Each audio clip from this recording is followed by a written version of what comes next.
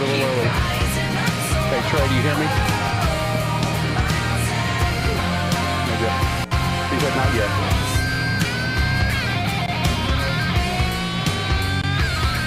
Three or 4 minutes, okay?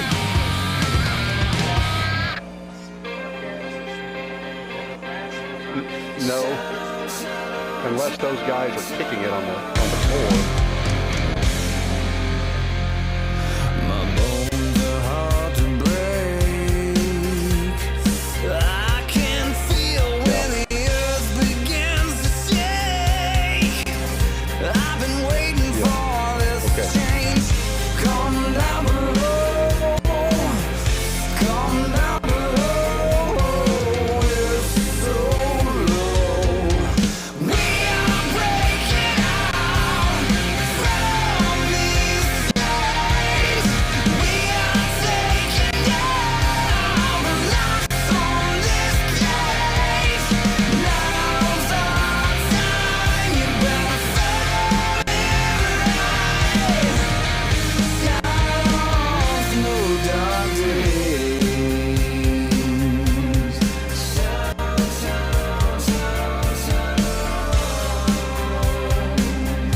Through the dark days, come down below, come down below. It's so low. We are breaking out from these days. We are taking down the locks on this cage. Now's our time. You better fall in line. Shadows, no dark days.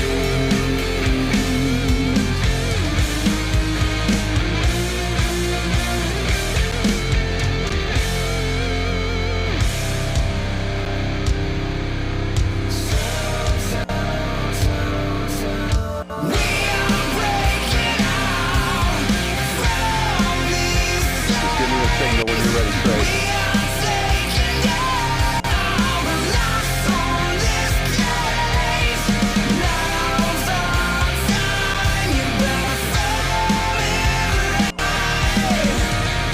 Shadows, no dark days. They call it the big time. Got your name in lights. Now you're gonna shine. Got 'em in your sights.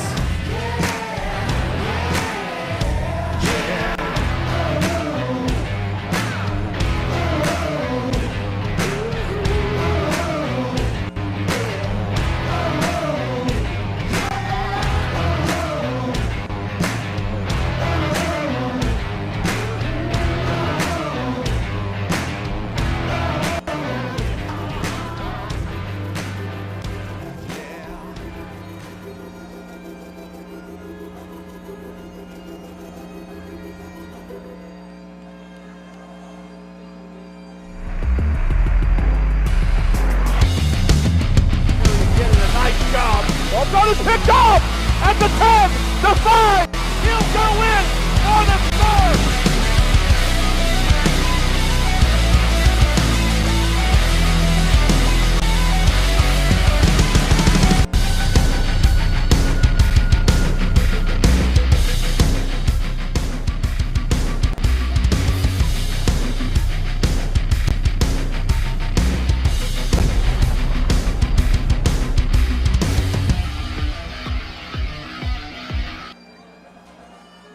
Ranger Football Night is proudly presented by the following sponsors: Right Legal PLLC Attorneys and Counselors, Complete Land Sculpture, Vanguard GMC Ford Kia and Volkswagen, Veritex Community Bank, Rockmore Roofing Systems, Barrel and Bones, Craft Bar and Smokehouse, Mosley Dental Group, and UT Southwestern Simmons Cancer Center.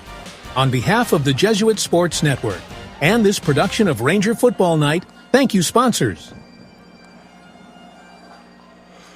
And And good evening, everyone. Tom Walsh, Babe Laufenberg, Chris Martinez, Carson Long atop Highlander Stadium on the campus of Highland Park, about 3.5 miles from Jesuit, Dallas.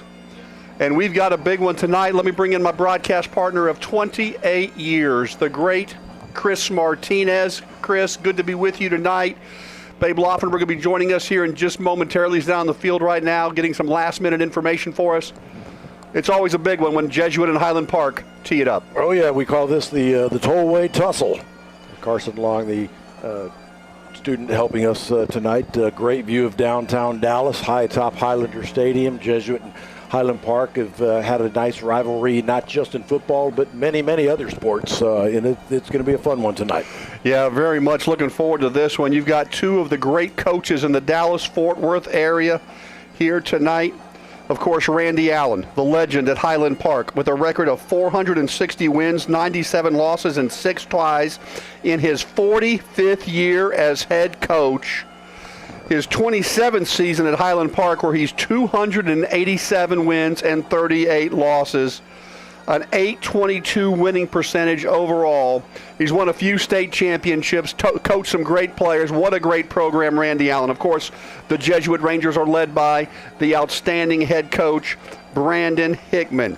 Brandon comes in his 15th season at Jesuit with a 110-win, 58-loss record, a .662 winning percentage. And he is, of course, succeeded the great Bob Wonderlich. So Chris, for our 28 years, we have been so fortunate. We had Bob Wonderlich for our first 13 seasons, and now you've got Brandon Hickman in his 15th season. That just shows you what kind of programs that Brandon Hickman and Randy Allen have to have such great longevity in these two schools. Yeah, the Jesuit football program throughout the years, most of the coaches obviously led by the initial coach, or the longest coach, Gary Pasqua. They have a lot of consistency. It's not like being a New York Yankee manager under George Steinbrenner, where they switch them out every couple of years. But Jesuit, Gary Pasqua, Bob Wonderlich, and then now Brandon Hickman, the longest tenures. And, of course, you played for Gary Pasqua when he was at Jesuit. They call it Gary Pasqua Field. We're at Randy Allen Field here at Highlander Stadium. So we're going to take a break and send it immediately to the coaches' interview. And when we come back, we'll be joined by the great Babe Laufenberg. So let's take a break and go to the Brandon Hickman interview. You're listening to Jesuit Ranger Football right here on the Jesuit Ranger Radio Network, Sports Network.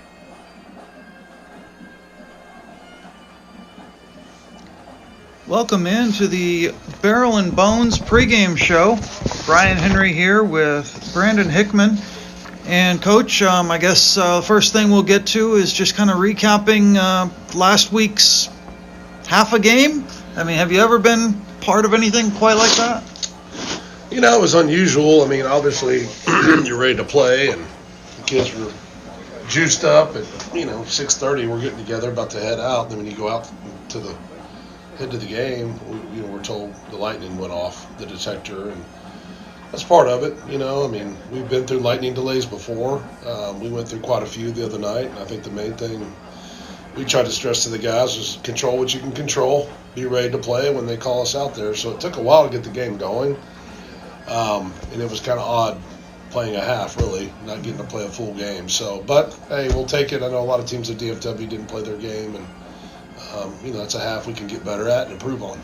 What did you do in the locker room to keep the guys loose, to keep their minds focused? What kind of things as a staff did you guys come up with? Well, I mean, there's a couple of us that hang out in the hallway in between the lockers. The JV locker room is where our defense houses. The varsity locker room is where the offense houses. I was going in between locker rooms telling them time, really, for an hour and a half, just kind of letting them know, hey, we're 20 minutes out. And then once we get down to another strike, hey, we're back to 30, and just, hey, guys, don't worry about it. Control what we can control. But I wanted to keep them up to date on what was going on. So I just didn't walk in and say, hey, we're playing. Let's go. So, I thought the kids handled it well. You don't want to go and get in a situation like that, but that's part of it. And I know this time of the year, you're getting a lot of bad weather storms that come in. And, we want to be safe with all of our kids and make sure that we're there's not lightning within a 10-mile radius is basically what it is. So we didn't get any rain, really. It was just more lightning 10 miles north of us. And then once the game got going, Joe Norman gave you guys that huge pick six spark, and your defense really did hang tough and play well for the first half you got to play. Yeah, Joe's coming on. I mean, he's had a really good first 2 games of the year. I think the pick six was big. I felt like he kind of baited the guy. If you look at the end zone copy, he kind of sat down low there and then popped out and got the pick. And then, we tried to spark some things and go for 2 there. And I motioned the receiver across, and they didn't run with him, so it was a bad call on my part. We probably should have kicked the extra point, but we wanted to kind of see if we get up 8-0 on them. And very pleased with, the way we're playing. And there's some mistakes we got to clean up, and that's why you play, really good opponents in non-district. Is to kind of expose some of those things that we got to get better at, and hopefully we'll do that after these first 3 non-district games. Well, I think one of the better opponents you're going to face in non-district is tonight against Highland Park, and obviously Coach Allen's got another strong squad, and it seems like their quarterback Buck Randall is the total package. Yeah, Buck played last year as a sophomore. We played him at SMU, and I didn't think he acted like a sophomore. I thought he was very experienced, really good poise. His legs, he can hurt you with his legs and his arm. He's got a quick release. I think he's a really, really solid quarterback, and he's only a junior. Their offensive line's always got a lot of size. And then they've got a couple of receivers that are good, number 2 in particular, I think he's one of the best receivers I've seen in the area. You got to know where he's at on the field because he's going to get the ball. And so, Coach Allen does a great job. He's been over there for a long time, and their offense is always going to be explosive, and their defense always plays really hard. And I think that's one of the things people don't realize. Highland Park's defense is just as good as their offense. They don't give up any points, and they're very sound fundamentally, and they've got good players. And they've got a good tradition there. But we're excited, about this opportunity. I think it's a great rivalry right up the tollway. A lot of our sports play each other, and I know we'll have a big crowd Friday night, and it'll be exciting for our kids to play in that environment. You sort of touched on it, obviously, the last 2 years being over at SMU. This year back on campus, they're still going to have 8,000-9,000 people there to make that a pretty exciting environment. Yeah, I think there's going to be there'll be at least 9,000 people there. I know we played there 3 years ago, lost to them I think 35-28, and I think there's close to 10,000. One thing that I like about the stadium is it's right on top of the field, so the visitor side is right on top of the field. There's not a whole lot of room to work with, and then the home side's obviously large, but. It's a playoff atmosphere. It's a playoff environment. And that's something I want our guys to be involved in. We haven't had big crowds the first 2 games. Hebron was okay. This will be a big crowd, big environment. The lights are on, and we got kids that are going to go out and play in a game like this that they probably never played in, which I love this early in the season, especially before we hit district, because, there's going to be a couple opponents that we got to be ready for, and as far as the environment and all that as well. So we're fired up. The kids are excited. We can't overhype it too much here. The kids got to keep an even keel. Go play your game. Go have fun. That's the main thing. That's why you play the sport. And execute. We've had a really good week of practice. I'm really pleased with the way the kids have focused. We have a lot of season left, and that's one thing I'm looking forward to. I love the leadership of this team. I love the attitude of this team, and I'm really excited about the remainder of the season. Is there anything you've seen from your guys this week? Because there's 20 guys that played middle school football against guys on the other side and friends of theirs and things like that. I think we've got a couple boys that I know the Krug family well. We've had Tanner on, obviously a senior. Hudson's a sophomore offensive lineman. Tanner's senior D end. We've got a couple other. Cole Johnson, I think his father and grandfather played at Highland Park. So we've got 3 or 4 Highland Park kids on our team, so they know some of the kids. I'm sure they've grown up together with some of them, and but I also think 70% of our kids, 80% don't know any of those good kids. It's down the road, but I don't know if they hang out a whole lot. So it's become fun over the years. I think this is the 4th year we played them, maybe 5th, 4th year. And they've been good games, you know. I mean, there's always been a competitive game, and they've got a great program. I can't say enough about Coach Allen. I've got a lot of respect for him as a man and a coach. And, you know, it's a tough place to play, and it's a tough place to win at. They've only lost, I think, 3 games in 25 years there at home. So, you know, that's one thing that's not an easy thing to do. That's tough to have a winning streak like that. And there's a reason why, because they have a really good program. If you want to be that 4th win in those 25 years, what do you have to do tonight to come out on top? Well, we got to throw the first punch. You know, we got to go out and we got to play. We got to go out and play hard. We can't, you know, let them take it to us. We have to come take it to them. You know, and I think that's the main thing. And execute one play at a time. Eliminate mistakes. You know, and we're getting better at that. Last week, unfortunately, the last minute of the first half, we had a couple of mistakes back to back. But we got to eliminate the mistakes. We've got to create turnovers. We've got to get Randall. We've got to corral him. We've got to put pressure on him, and we've got to contain number 2. If we can do that, I think we'll have a really good chance to win the game. And then obviously, you know, execute offensively. And you know, we've got a couple new faces that are receiver. We've got some kids healthy that were out a week or 2 ago that are juniors. That first time they played varsity Friday, which is going to be great. So it's going to be a good experience for them. But it's like anything. Football's pretty simple. Tackle, block, create turnovers, take care of the football.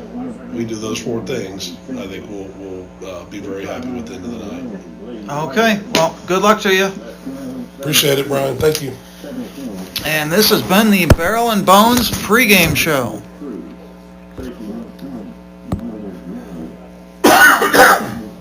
Sorry for the call. Scots are coached by Randy Allen.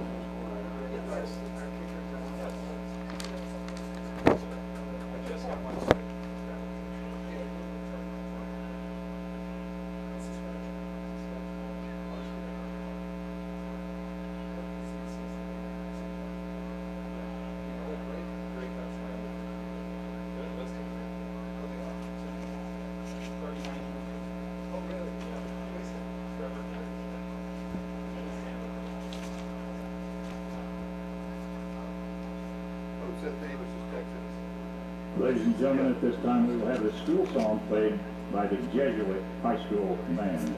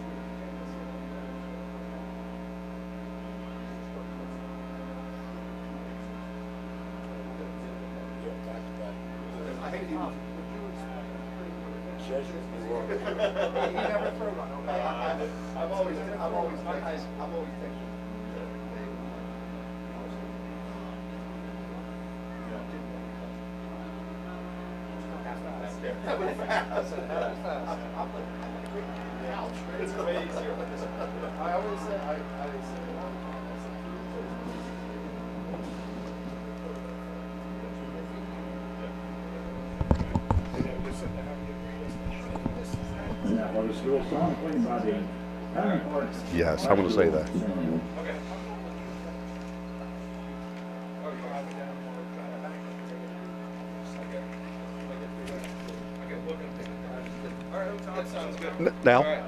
Now?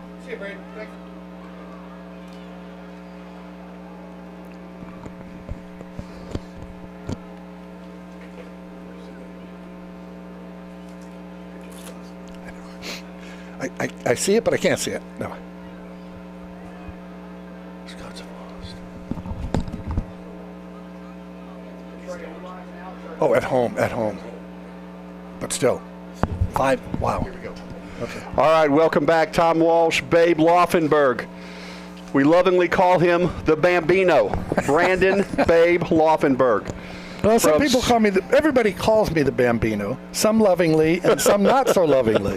Well, it's good to have you, Babe. Thank you for, again, coming back. We did this game last year together, and you were with us. Two years ago, or 3 years ago, I guess we were here, when Jesuit went down 35-0 and then came back with you by our side to a 35-28 loss. We need you to rekindle some of that magic we saw a couple years ago. Well, I came up at halftime, if you recall, of that year, did a little talk with you, a little Q&A, and then I stayed up for a little while, and all of a sudden, and I was going home. And all of a sudden, the game got really good. Jesuit pulled back in. You probably would know the score. Chris Martinez would know it. But, I mean, I thought, man, they may pull this thing out. But, they're going to have their hands full tonight. Highland Park, the better team. We'll say on paper. Can we say that? I think we can. But it's one of those games, I always talk about it, and it happens at all levels. It happens at the pro level, right? One of those games where you got to manufacture points. You got to get a pick six. You got to get a fumble recovery for a touchdown. Onside kick, fake punt. Somehow you got to manufacture points as opposed to just saying we're just going to go toe-to-toe because you're playing a team that's better than you are. Doesn't mean you can't win, though. That's right. That's why we play the game. Yep. So I know everyone knows very well who Babe Laufenberg is, but I'm going to give you a little bit of his resume if we happen to have someone who's been living under a rock for the past 40 years in Dallas. Babe, of course, was a very accomplished athlete in high school in Southern California. Was recruited to Stanford by a guy named Bill Walsh, who then left after 1 year to go coach the 49ers. Babe transferred when a guy named John Elway showed up at Stanford and went to Indiana and played for the great Lee Corso. And I met Lee Corso last year at the national championship game in the airport. And I said to Coach Corso, I said, I'm good friends with Babe Laufenberg. I know he speaks to you regularly. And he looked at me and he said, Babe Laufenberg, my favorite quarterback. He beat Purdue twice. And that was one of the great moments to have him say that. And he was just felt so genuine. And, of course, we had the great farewell to Coach Corso a couple of weeks ago. Yeah. And it's funny, too, Tom, talking about beating Purdue twice. Every school has that rivalry game. In Indiana, it's Purdue, the two state schools. And, here it's Oklahoma, Texas. If you beat Oklahoma, you can go 6-5 at Texas. But as long as you beat Oklahoma, right? Yeah. And all these, Kansas State, Iowa State, who just played last week. But Coach Corso called them JSs. That's a JS. What's that stand for? Job saver. Job saver. How long did he coach up in Indiana? Do you remember? Like approximately? 10, 11 years, maybe 12. He was there quite a while. And, of course, a legendary career at ESPN. But then after Indiana, Babe, of course, played for 8 years in the NFL, including with your Dallas Cowboys, and then 17 years as the Channel 11 sports anchor. We love watching you at 10 o'clock on Sundays. You had the first sportscast that came on. You had the went to 11. I think it was an hour show, wasn't it? Well, you can watch me at 10:30 this Sunday morning because I have a CBS 11. I'm doing a half-hour pregame show for it. Are you doing that with Bill Jones? I'm back, yeah. I love it. And then, of course, with Brad Sham for 28 years. How long has it been? Yeah, coming up, I think this is year 29, I think. 29. And so that's 1 year longer than Chris and I have been together. Chris Martinez up here. We're in our 28th year. That's right. I'm not going to retire until you. Well, Tom told me he's retired. And yet I put on the thing last week. He's on. I'm here. He's on. Doing the Lake Highlands game. Yeah, Chris, what comment would you like to make? Go ahead. No, I was just thinking back when you met Lee Corso. I'm glad he knew exactly who you were as opposed to looking at you and saying, Babe, who? Yeah, he knew him well. Yeah, as you well know, you see people out of context, right? You're at the airport. Oh, I'm at the airport. He's trying to get to his plane. Everybody's, hey, coach, coach. We were getting on the train, the airport train there to go to our gate, but he was so nice. And he's a beauty. Babe Laufenberg is a legend in this town and is also one of the nicest human beings you can ever meet. And this is our second game to call together. And we've interviewed him several times, so just Gabe, glad you're with us, and we're looking forward to a great game. But Highland Park is almost unbeatable at home. Great note here from Brian Henry, the sports information director from Jesuit, that the Scots have lost just 5 times in the last 21 seasons at home. Yeah, that's incredible. So they lost last in 2024. I'm going to do the math here, and I shouldn't do that. Chris is our statistician. But, I mean, that means if you come here as a 9th grader, for the 4 years that you're here, you're going to lose 1 game in those 4 years. I mean, that's incredible. 5 and 21. My math correct there, Chris? It is, unless you look at the trend, because they lost the home game last year and the year before. We would would love to be able to put the blemish on this year's season, right? Let's go 3 in a row. And Highland Park is ranked 7th in the state in 5A. Of course, Jesuit's playing 6A, and they're really comparably sized schools. The deal that Jesuit made when they got into the UIL, as I think most of Jesuit Nation knows, is that they would always play in the upper division, the highest classification, that no matter what their size is. Jesuit probably would have an argument to be in the 5A level as well, be a bigger 5A like Highland Park is. And Highland Park goes back and forth. Some years they've been 5A, some 6A. They've won several state championships. Just a great program from Coach Allen, as we talked about earlier. Now, Babe, as we're looking at some of these young men that are going to be suiting up tonight, you remember those days well of being a senior, being recruited by some of the top programs in the country. Of course, you were recruited by Notre Dame. I've seen the letter from Dan Devine. Dan Devine, yes. You were recruited in basketball. I saw a letter to you from Bobby Knight, but we'll stay on football. Yeah, let's go football. We'll go football, but talk about that experience and just these kids are coming out, they want to win, but when some of these kids, will go on to play on Saturdays. Yeah. Tell us about that experience. Well, it was interesting because I went to Catholic schools for 12 years. I was at a Catholic high school, so Jesuit, same deal, and came from a family of 6 children. So I don't want to say you weren't made to feel special. There wasn't enough special to go around, right, when there's 6 kids. So all of a sudden I'm getting recruited my senior year. Now, it wasn't because I wasn't good or anything, but it's just a different world. Now they're offering, I saw a 3rd grader commit the other day. Wow.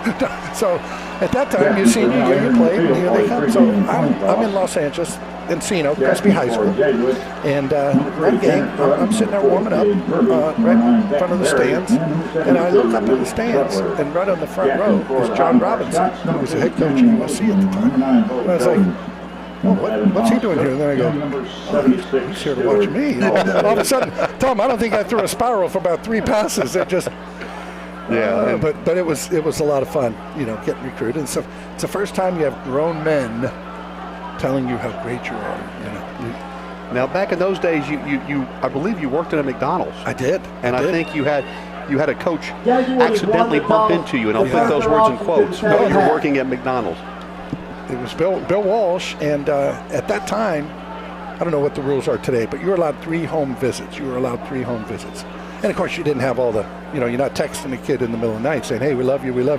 They had to show up and see you. So he had used the 3 visits to the house, Stanford had, and I was working at McDonald's, and he happened to be in the greater San Francisco, Los Angeles area driving around, and look at that. Lo and behold, he came in to get a burger at my McDonald's. So he comes in. What a coincidence. Yeah, so I got a 15-minute break, so I took my break, and he talked me out in the little lobby and told me about Stanford, and blah, blah, blah. I'll never forget how much time we have here. I think until the national anthem. So he comes in, he says, hey, do me a favor. He said, take this number down and call Bart Starr tomorrow. Bart Starr, of course, Hall of Fame quarterback, was the head coach for the Green Bay Packers at the time. So I go in, I call Bart, I go into the school, I'm at the coach's office, I pick up the phone, I call Bart Starr. Me, being a 17-year-old idiot, thinks Bart Starr is going to answer his phone. Right. So I get, Green Bay Packers, can I help you type thing? And I said, yeah, I'm looking for Bart Starr. And she's like, yeah, and everybody. Yeah. So she's, okay, well, he's busy. Who is this? And I said, oh, boy. I said, well, he doesn't know me, but my name's Babe Laufenberg. She said, Babe? And I said, yeah. And she said, okay, hold on. She said, if you called, get him out of the meeting. So I was like, and hey, tell him to make it snappy. I said, I've got geometry in about 10 minutes here. I don't have all day for him. So anyway, he got on the phone, told me how great Bill Walsh was. Stanford, the best place for me to be as a quarterback. And wow. Later on, I saw him and I said, Mr. Starr, I was thrilled that when I got a chance to talk to you, but I wish at the time you had told me you'd be making the same phone call to John Elway the next year. Because Elway comes to Stanford the next year, and that's why I'm a proud graduate of Indiana University. Well, that's great. We're going to take a quick pause here for a moment while we have the national anthem.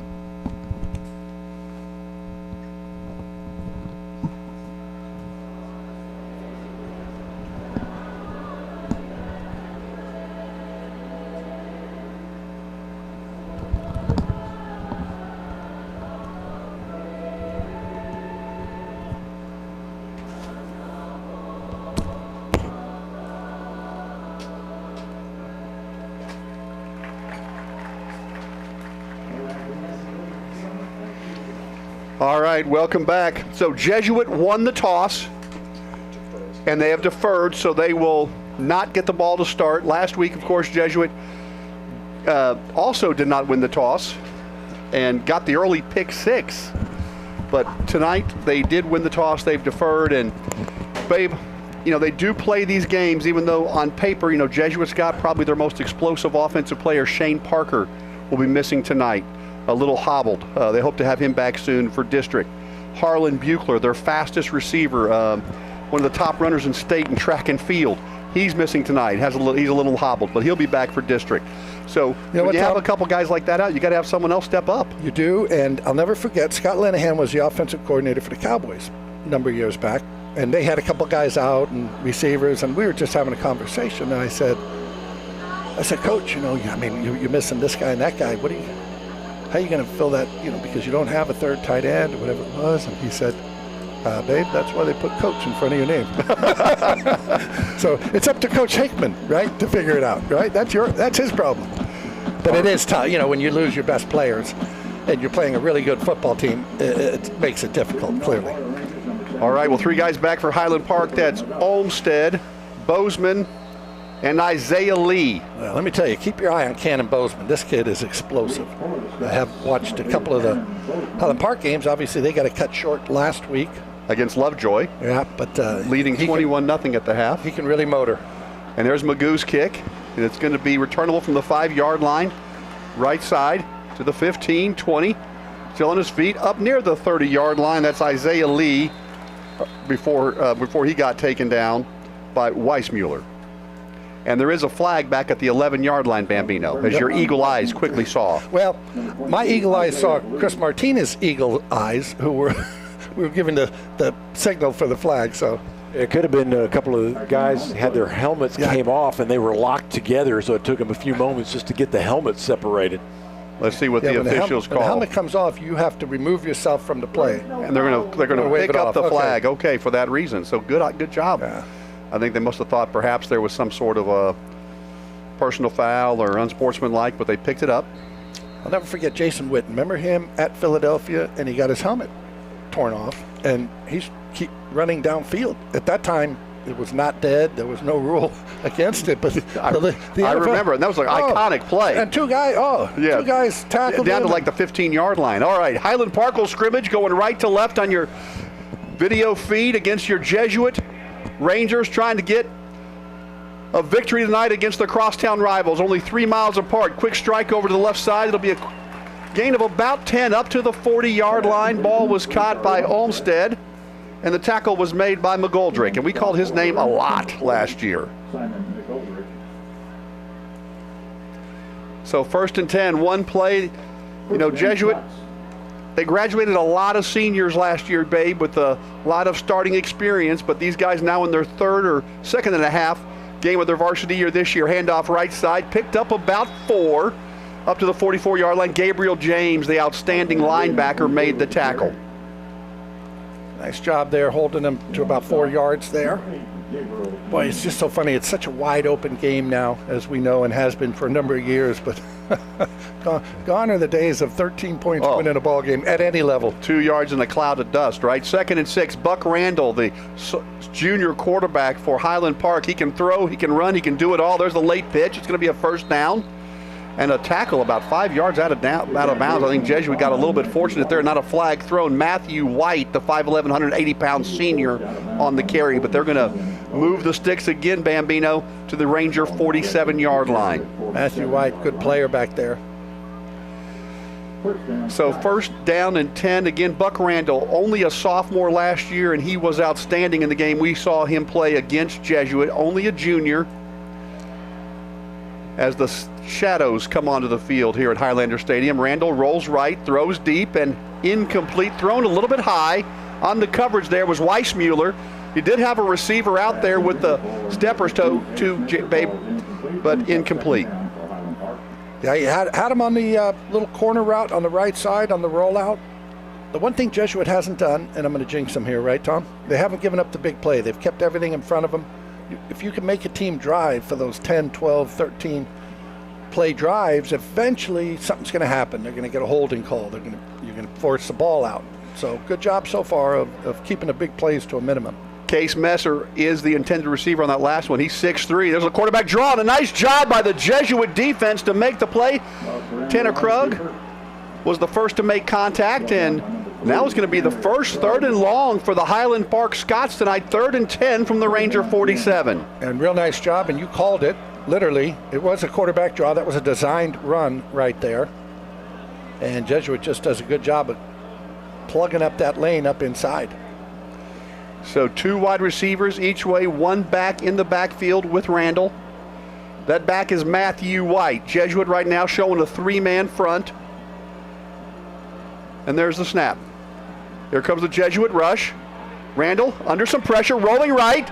And he is going to be taken down and throws it out of bounds, incomplete. Good job by the Ranger defense. Good pressure. Cole Johnson brought the heat. I thought he was going to get him down, Bay, before he got rid of it. Nice job by Randall to save some yardage. But the Rangers will force the punt, and a good start for the Jesuit defense. Well, so right now, they've got their offense on the field. Well, I thought they were going to punt. We'll see if they're going to go for it on 4th and 10. That's some confidence in your offense, isn't it? Yeah, I think I'd be punting on 4th and 10. But you know what? Randy Allen has won a few games, the head coach of Highland Park, so I will defer to him. Maybe a little quick kick right here. here. I was just going to say it could be a punt from Buck Randall, which it'll be.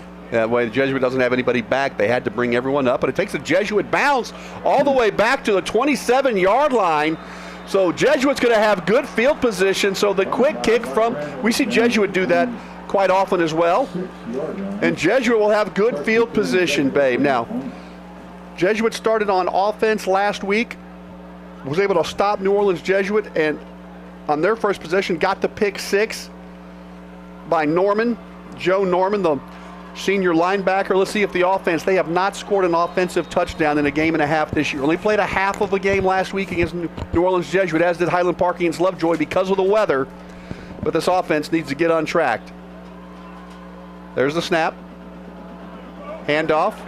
Good hard running. Look at him. Maybe a yard or two just based on effort alone.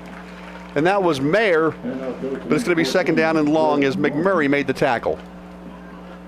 Tough sledding up inside there. But again, getting back to the defense here and the way the game started, Jesuit won the toss. They deferred.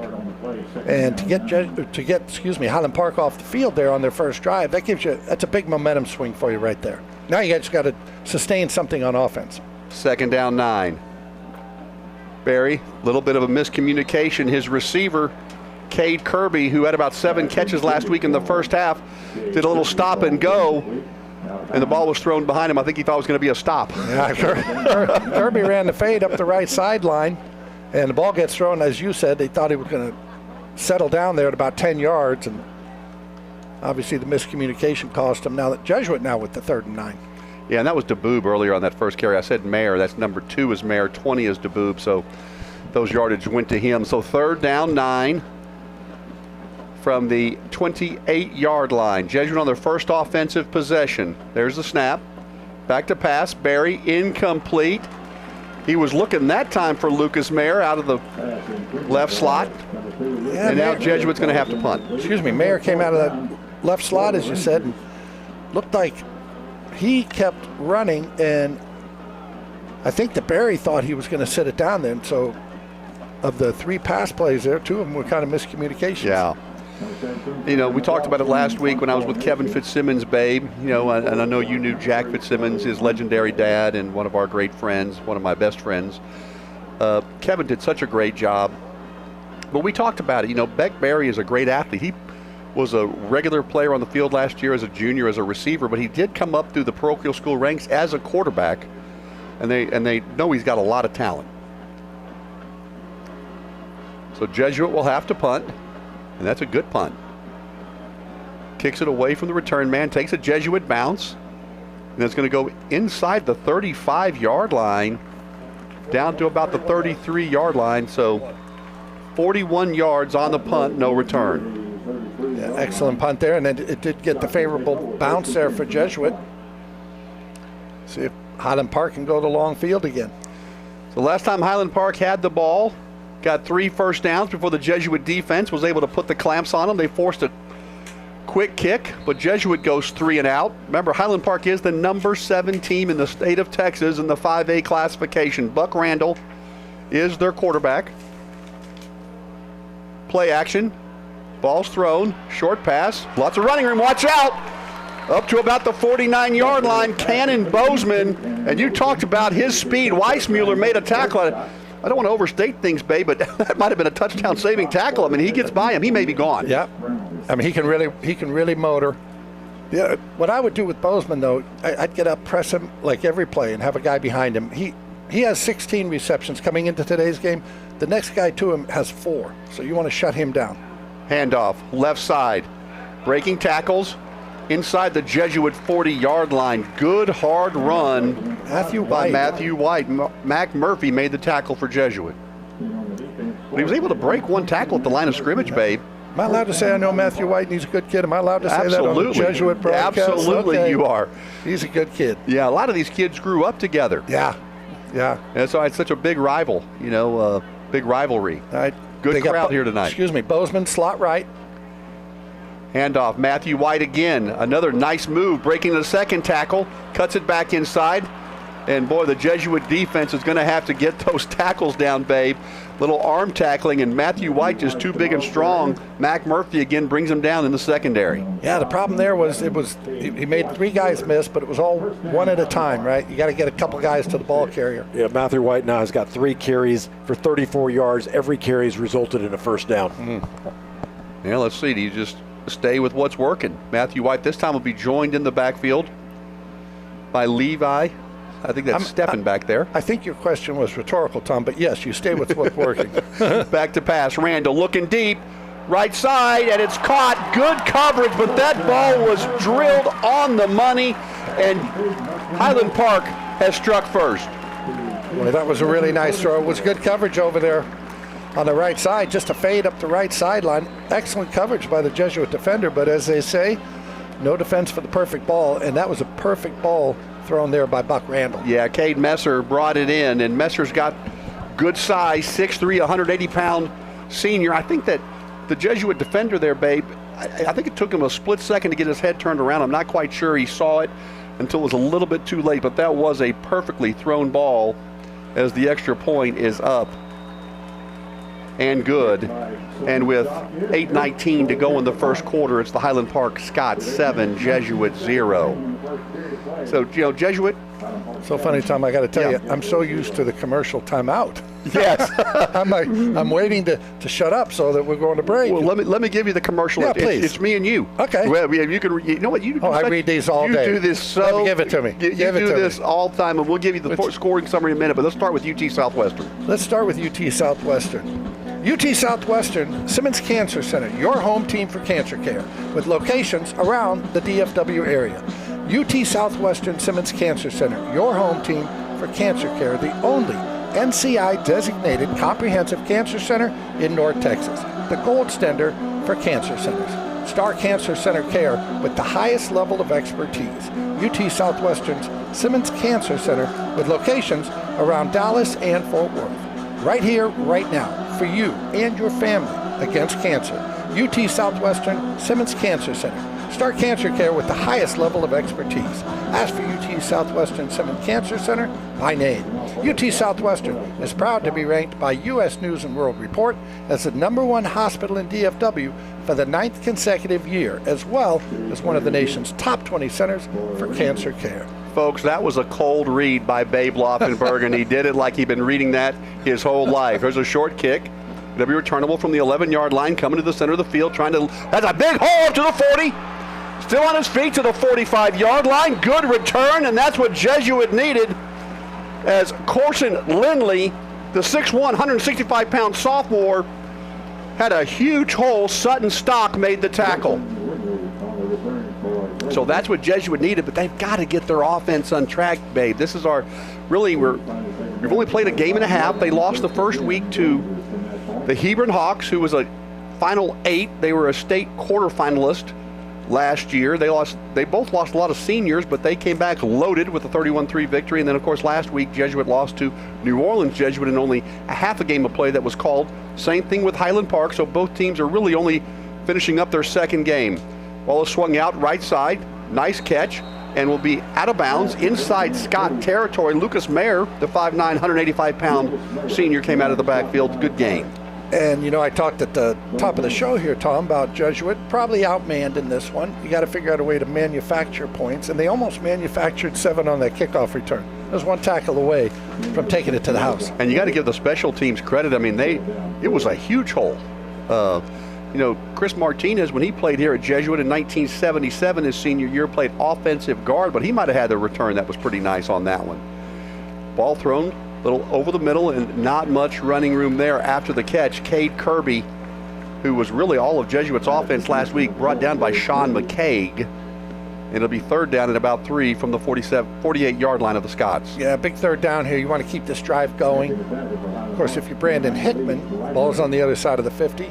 Are you saying, hey, I got 2 downs here? I think you are. Okay. I think in a game like this, I know you're like, don't give them a short field, but I think when you're into Scott territory and knowing Brandon Hickman, having watched him for every year he's coached, I think he's thinking 2 plays.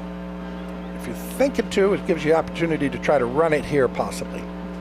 Beck Berry, the senior quarterback, rolls right, cuts it up, and is going to have the first down just at the 45-yard line.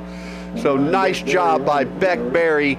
Thomas Cook made the tackle, but the Rangers have their first down of the game. Yeah, and that was an option play. They straight option to the right. He had Lucas Mayer to his right as they ran the option right, and Berry just ends up keeping it, and a good decision. You know, when you're in that, you're not looking for the 80-yard run there. You're looking for the first down, and that's what he did. He got it.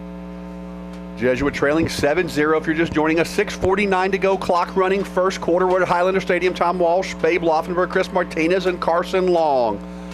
There's the snap. Hands off to Boob, and he is going to be taken down for a loss, and he never had a chance. Sean McCaig made the tackle, but about 3 Highland Park Scots met him almost as soon as he got the ball. And we're early in this game, but looks like the inside running is not going to be the way to go. Every time they've tried to run up in between the tackles, it's been for a loss of yards or 0 or maybe 1.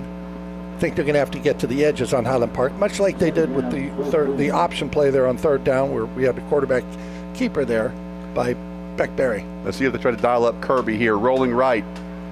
Thrown over the middle, ball caught, first down to the 30-yard line, and a nice job by Beck Berry. Got him moving in the pocket. Langdon McMurray made the tackle, but just really sitting down nicely in the zone for the catch, Joseph Koenigs, and it's a first down Jesuit. Really nice catch, throw, right at the eyes, right where you want it on that.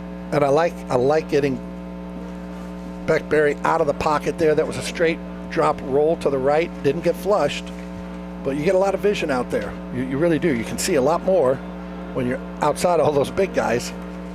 Really nice pitch and catch there. Yeah, I liked how, and Koenigs did a nice job of kind of sitting down in the zone there, finding the soft spot. So Jesuit now with another first down at the 32-yard line of the Scots, trailing 7-0. If you got a shot play, let's take it here. Berry, ball is going to be intercepted. The ball was tipped at the line of scrimmage, and a great play by Martin True. He was right there with the intended receiver, but it was tipped, Babe. Yeah. And True came up with it. That was a shame. I don't know why it is, but every time the ball gets tipped, it's always the defense that ends up with it. Yeah, and that was a great play. That was a shame because he had a little slant coming from the left side out of the slot, and I think he had a little lane to throw and catch there, but once that ball got tipped in the air, the defender was looking at it, he drives on it and ends up with the interception. So 1st and 10 now for the Highland Park Scots.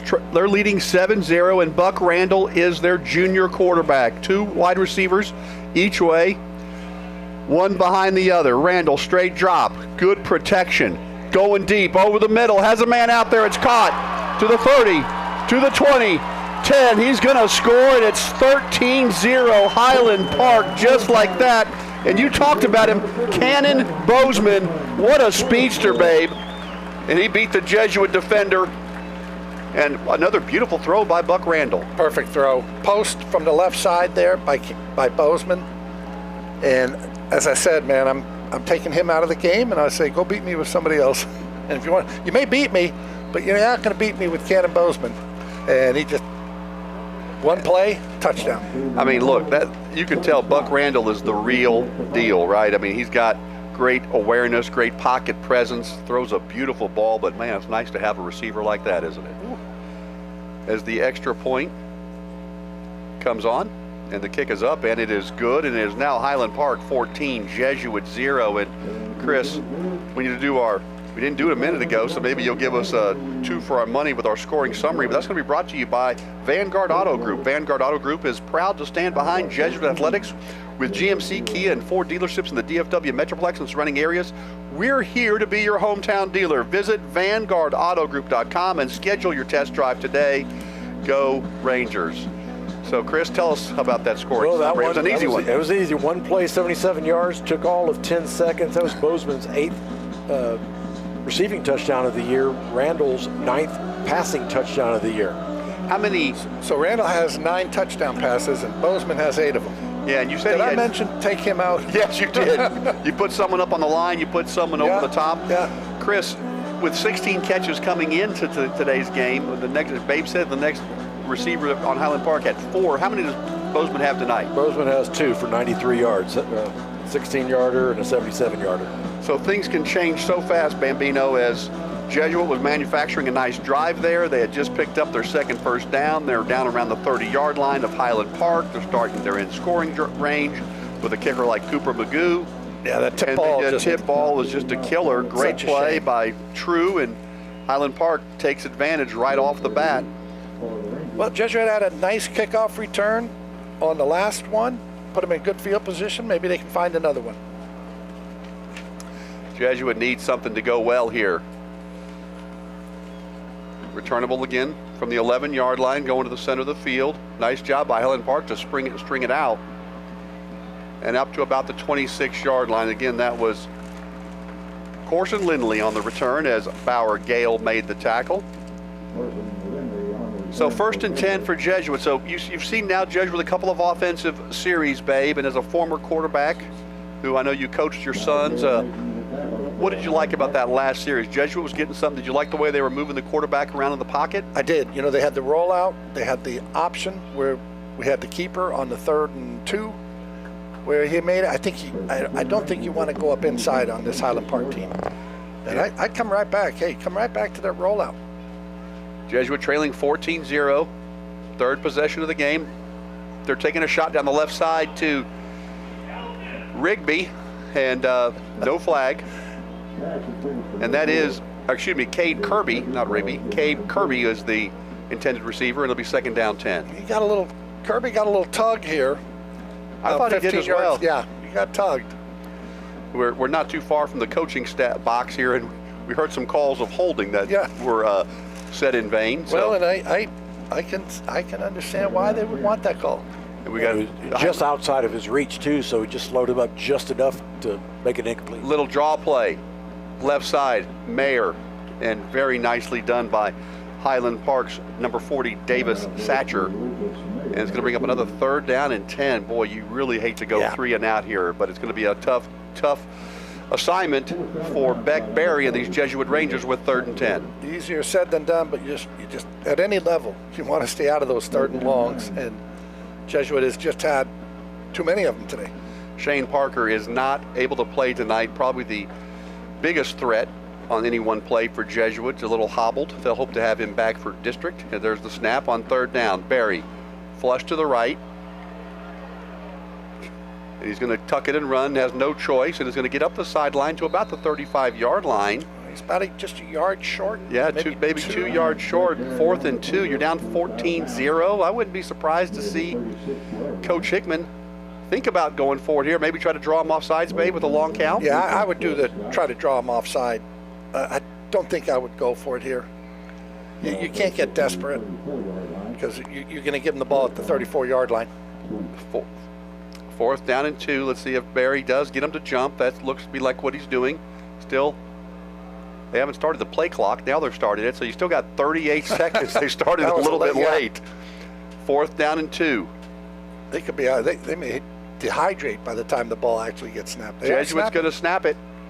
And the ball is complete for a first down. He went to old reliable Cade Kirby. Dean Doolin was on the tackle. That's a gutsy play call, but it comes up successful for Brandon Hickman. Yeah, I think he decided, or must have thought in his head, okay, if we don't come down and score here at some point, they're going to run it anyway. Jesuits go in tempo now. And Barry is going to be taken down for a sack. He pumped it once, pumped it twice, and then Thomas Cook got him before he could do a third pump. And he had no choice but to give himself up. He was still between the tackles, so really couldn't fire that away, Babe. And he was trying to throw the screen out there to Cade Kirby, the little wide receiver screen outside. Didn't get good vision. At some point, you just got to say, I'm going to throw it at his feet, throw it away. But it felt like he never got his feet under him there, kind of slipping the whole way. And a huge loss all the way back to the 32-yard line. Second down, 21 now. Back to pass, Barry. Rolling right. He's going to tuck it and run. Makes a nice move and gets out the right sideline outside the 40 to about the 41-yard line. I got most of that sack yardage back, most of it. And that'll be third down at about 10. But, yeah, nicely done by Barry. Again, a receiver last year for Jesuit.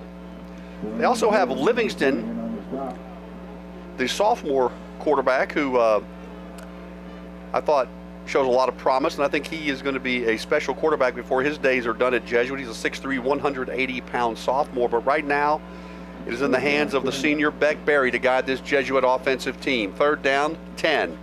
There's the snap, looking left, and it's overthrown, trying to hit Kirby again. Yeah, good idea. Good, really a pretty good throw. Just a shade long, but had a good touch on it. Gave him a chance out there. Jesuit's going to leave their offense on the field with 4th and 10 from their own 42, but here's where I would not be surprised to see a quick kick, Babe. Mm-hmm. Jesuit likes to do that often as well. Highland Park has no one back. Yep, now they'll do the quick kick formation. There's the kick. Now they need it to die. Die. And it gets into the end zone.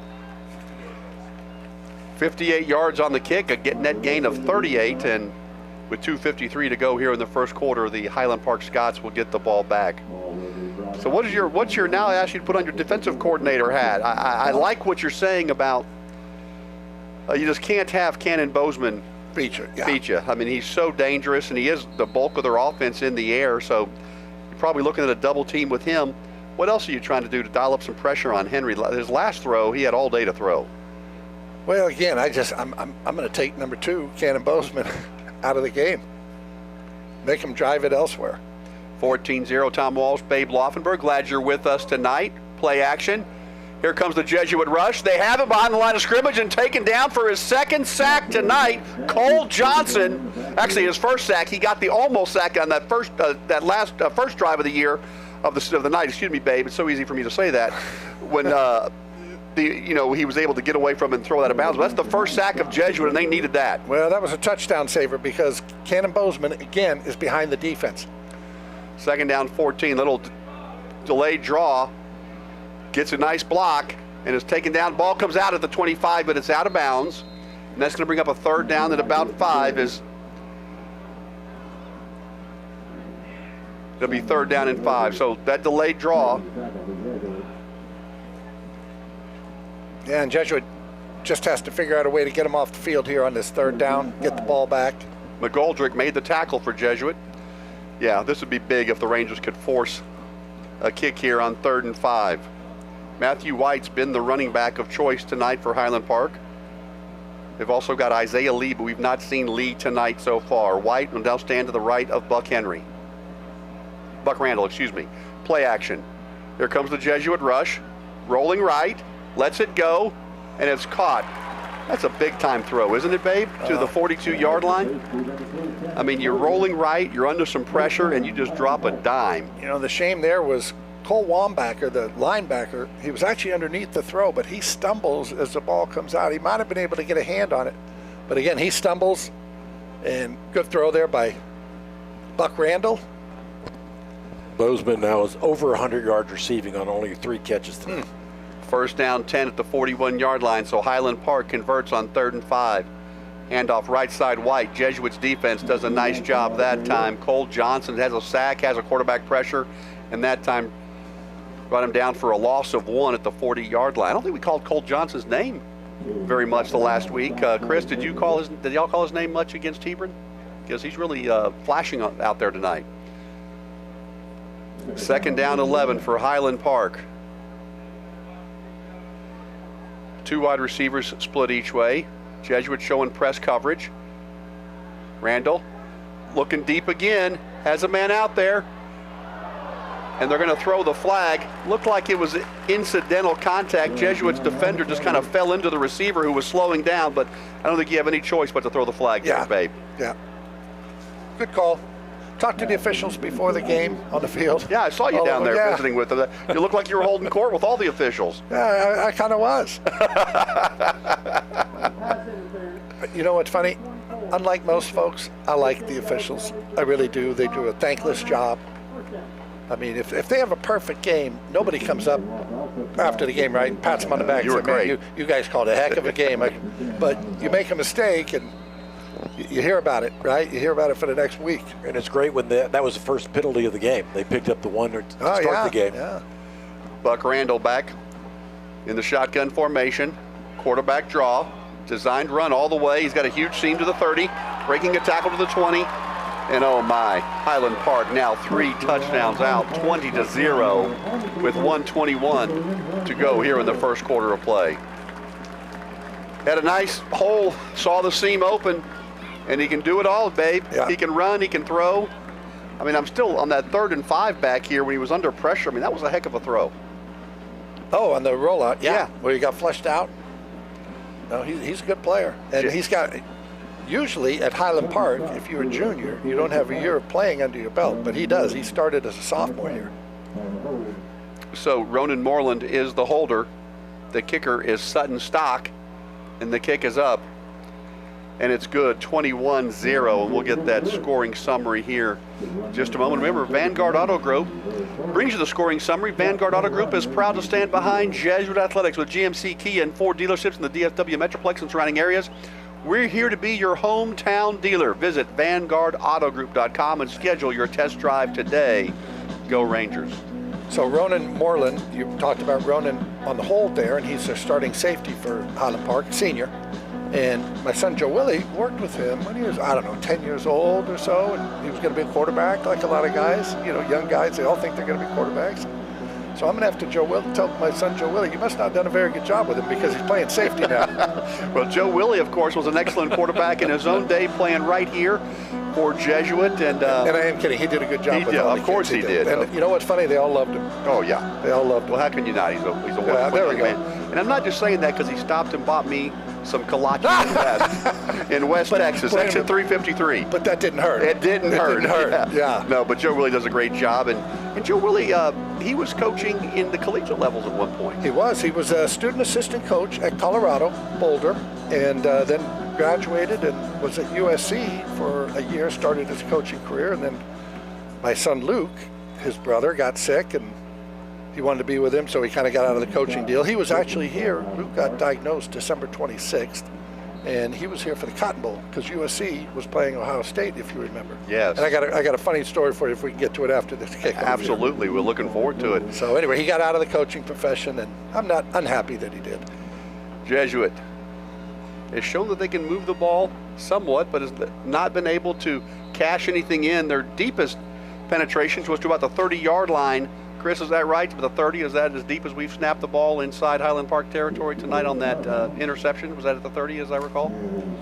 That sounds good to me. Yeah. All right. Well, Chris, right on it. Okay, finishing up the story then. So he was here, and Luke is, my son Luke was sick and recovering from chemo and the whole 9 yards. He was in the bed, and Jason Garrett, who was the head coach of the Cowboys, of course, at the time, he comes over. We're all talking, and they just finished up the Cotton Bowl, USC and Ohio State. Ohio State beat them, but Joe Willie was on the defensive side at that point. He said, they were averaging 550 a game. We held them to 378. He said, they're averaging 58 points. We held them to 32.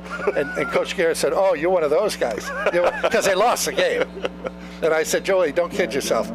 Coach Garrett's one of those guys, too. Trust me. What a great What a great experience that must have been for your kids to grow up around the Cowboys and, know people like Jason Garrett. What are the finest people that both of us know? A funny story, Joe Willie was about, 8 years old, and he comes home and says, "Dad, do you think Mr. Aikman would sign a card for me?" And I said, "Oh, I'm sure he would." And I asked my wife, Joan, I said, what was that? Because he'd never said anything about that. He said, "Oh, one of the kids today had a Troy rookie card," and he said, "Hey, I think I know that guy." he didn't know Troy as the quarterback. A nice big play out to the left side for Jesuit after the opening penalty. He just knew him as this guy that used to come over and want to get some free beer from me. Of course, now he's got a beer company, so he doesn't need me anymore. 8 beer, and it's good too, I will tell you. So 1:11 to go here in the first quarter of play. Jesuit trails 21-0. Jesuit needs to get some points. Yeah. Just got to get something positive going. So after the 5-yard illegal procedure, they got a lot of that back. Second down now and 4. Back to pass, Barry. Little short pass, have some blockers out in front. Flag comes in late from the far side of the field. It's a first down to Jesuit's 45-yard line, but I wonder if they had an illegal man. They did. Yeah, one of their offensive linemen got downfield early. And what's the rule in the NFL? Is it 1 yard from the line of scrimmage? I'm trying to remember. Correct. Okay. And up. Yep. Ineligible downfield. It's funny because I always say I'm pretty good on the NFL rules. Pretty darn good. College, there are some different rules, variances, nuances, and one of them is that play right there. And I apologize, I don't know the high school rule, but they usually NFL, correspond to college. You get 1 yard downfield, and it's a hard. They call it close. College is 3 yards. That lineman. So on the RPOs, the run pass option, right, where we're going to fake it and then throw him behind. I don't know how you ever play the run defensively because those linemen can be 3 yards downfield, and it is not a hard 3. I've seen them 4 or 5, and they don't call anything. Well, after the penalty, it's 2nd and 8. Barry throwing a long pass and out of bounds. I don't think he got his feet in. He was out of bounds again, looking for his favorite target, Cade Kirby. They have really worked that fade. That's, I believe, the 3rd fade route up the left sideline to Kirby there. So I don't know if they're trying to get the ball to Kirby or attacking the corner. Well, I think it's probably getting it to Kirby. He's been their most dependable receiver so far this year, but now it's 3rd and 8. So Jesuit went from having a first down to their own 45 on that play to now 3rd down and 8, trailing 21-0. This is a big 3rd down early on when you're down 3 scores. 37 seconds to go here in the first quarter. I'm not against rolling Buck Berry out to the right here. Yep. And that's exactly what they're going to do. They'll swing it out. Good catch. First down, out beyond the 40-yard line to about the 46-yard line. And a very nice play. Koenig's brought it in. McKellar made the tackle, and they just what you dialed up here in the press box, babe. Rolled him right. That's 2 times now we've seen him roll right and have good success. Yeah, and I'd stick with it. Now the ball in the right hash, so now it's not so advantageous. We're going to tick down here to the end of the first quarter, and it's Highland Park up 21-0. But Jesuit on the move. Maybe they get something positive out of this one. And we've seen it before here. Again, Babe Laufenberg with us, with the great Jack. Was that me, you, and Jack, Chris, when Jesuit had the big comeback at 35-28? Yeah, it must have been, unless you were on one of those exotic cruises. Yeah. No, Tom was here. Yeah, I was here. But what year was that? 21? Was it after the pandemic? I think it was just after the pandemic. And what Chris is referencing there, Babe, is that when we first started doing these broadcasts in 1998, it seemed like every other week Chris was going on some sort of a cruise with his wife and to all sorts of exotic places. And so we've been talking about his exotic cruises for years and years. Chris, would you like to defend yourself here? Yeah, I think we went on one early and then maybe a second one about 10 years later. I love it. Both of them exotic places, like great locations. Well, let me just ask you, where else do you cruise? Yeah, if you're not going to an exotic. I don't think he was going just to Galveston or something. Right. But all right, well, Jesuit needed that first down on a 3rd and 8. Good play call by Babe Laufenberg and by Brandon Hickman. So now it's 1st down and 10. They got Kirby over here to the wide side of the field and a lot of green grass, or green turf, if you will. Single coverage. Let's see if they look for him. And the ball gets away as the ball was snapped. And you see that sometimes sometimes the quarterback doesn't know it's coming. He's looking away, making his reads, and the ball comes back. Not sure what happened there. Lazenby was the first to jump on him. A good job by Barry to jump on that, but you lost 2. I think he just kind of took his eye off that ball a little bit. It's the beauty of being under center. You never take your eye off the ball. And when you're playing a team, when you're playing a team like Highland Park, you've got to capitalize. You know, you got down to the 30-yard line, had the unfortunate ball tipped and then intercepted. Let's see if the Rangers can come back here on 2nd and 12. Ball thrown over the middle again. Good open field tackle just inside Highland Park territory. That was Max Smith that came across the middle running free, and Sumner made the tackle. It's going to bring up 3rd down and 7, though, from just inside. Well, I thought they got a bad spot there, babe. I thought he was just on the other side of the 50. I did as well. You know, those NFL guys, their spotting is unbelievable. You know, when you watch it and you sometimes think it's a bad spot, then you see the replay, you're right on it. Right on it. 3rd and 7. Flag is down. Barry rolls left, under pressure, and is hit and sacked. I think Kirby got a flag down on each side. I think illegal procedure. I think Kirby was called. It'll be 4th down and long, so I think they will decline that. And now does Jesuit go for it from 4th down and 7 from midfield? They tried to roll that time left against the right-handed thrower, where we've seen the good success for Jesuit's been rolling right, but 4th and 10 from their own 47. I would think they would be kicking this away with a quick kick. Well, this would be third down because they accepted the penalty. They accepted it. Okay, I thought I saw them decline it. My apologies. All right, well, 3rd down and long. Let's see if Jesuit rolls right a little bit here. Trying to get Highland Park to jump. No one does. Yeah, they've got the 4th down up. Doesn't look like they're going quick kick either. There's the snap. Ball thrown. And it's caught. Koenigs brings it in with a flag at the 30-yard line. What a throw by Beck Berry. There is a flag down. I think he may have been held, but he made the catch anyway. That's pass interference, and catch should stand. Great throw there. Perfect throw. Great high pointing the ball by the receiver. You know, this is one of the things that I think I love most about high school football. Joseph Koenigs, you know, I don't remember. He may have had some catches last year as a sophomore. I don't recall any. Hadn't really called his name this year, and here he is really breaking out tonight. That's his 3rd catch of the night.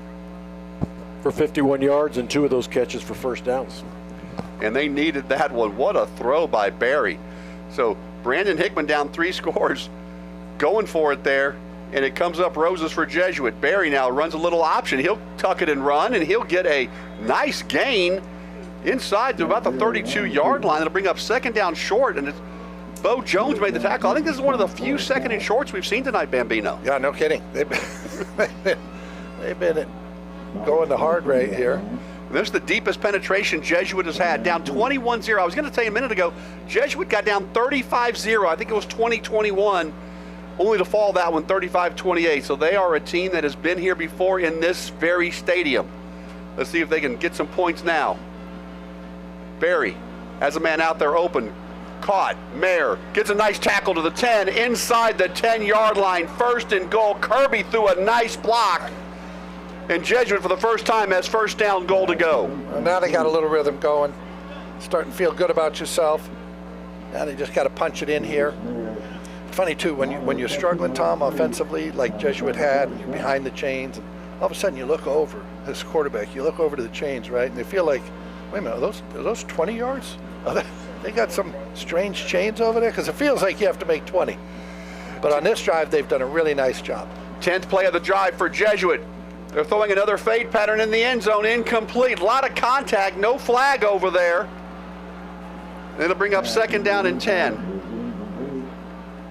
Yeah, there was a little bit of contact on that other side. Yeah, there have been some definite battles going on. We'll look at this on the replay up in the stadium. What do you think, Bambino? I think it was a good non-call, but a little bit of contact, but I didn't think anything, quite honestly, worthy of a flag.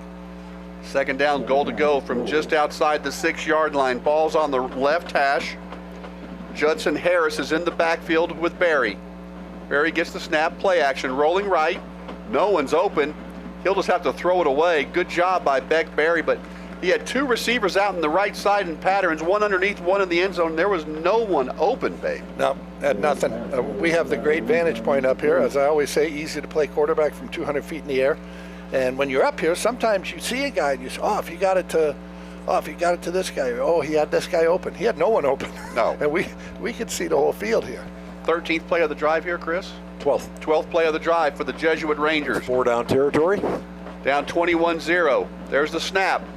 Barry flags down. They're going to have to make it a little bit harder. They'll go back to the 11-yard line. Another illegal procedure penalty against the Rangers. And that's not something we see often. You know, Jesuit runs tempo as good as any program, I think, in the state of Texas. They haven't run a much tempo tonight so far, but their linemen are very disciplined. But that's, I think, the 3rd procedure penalty we've seen tonight. Now Jesuit's going to take a timeout and talk about it. Yeah, that's 4th penalty on Jesuit for 30 yards, 3 illegal procedures, and a defensive pass interference. Yeah, and typically when you're playing a team that you think might be a little better than you don't like tempo. You're trying to actually shorten the game, not have as many possessions, as opposed to get the other team on the field 12, 13, 14 times.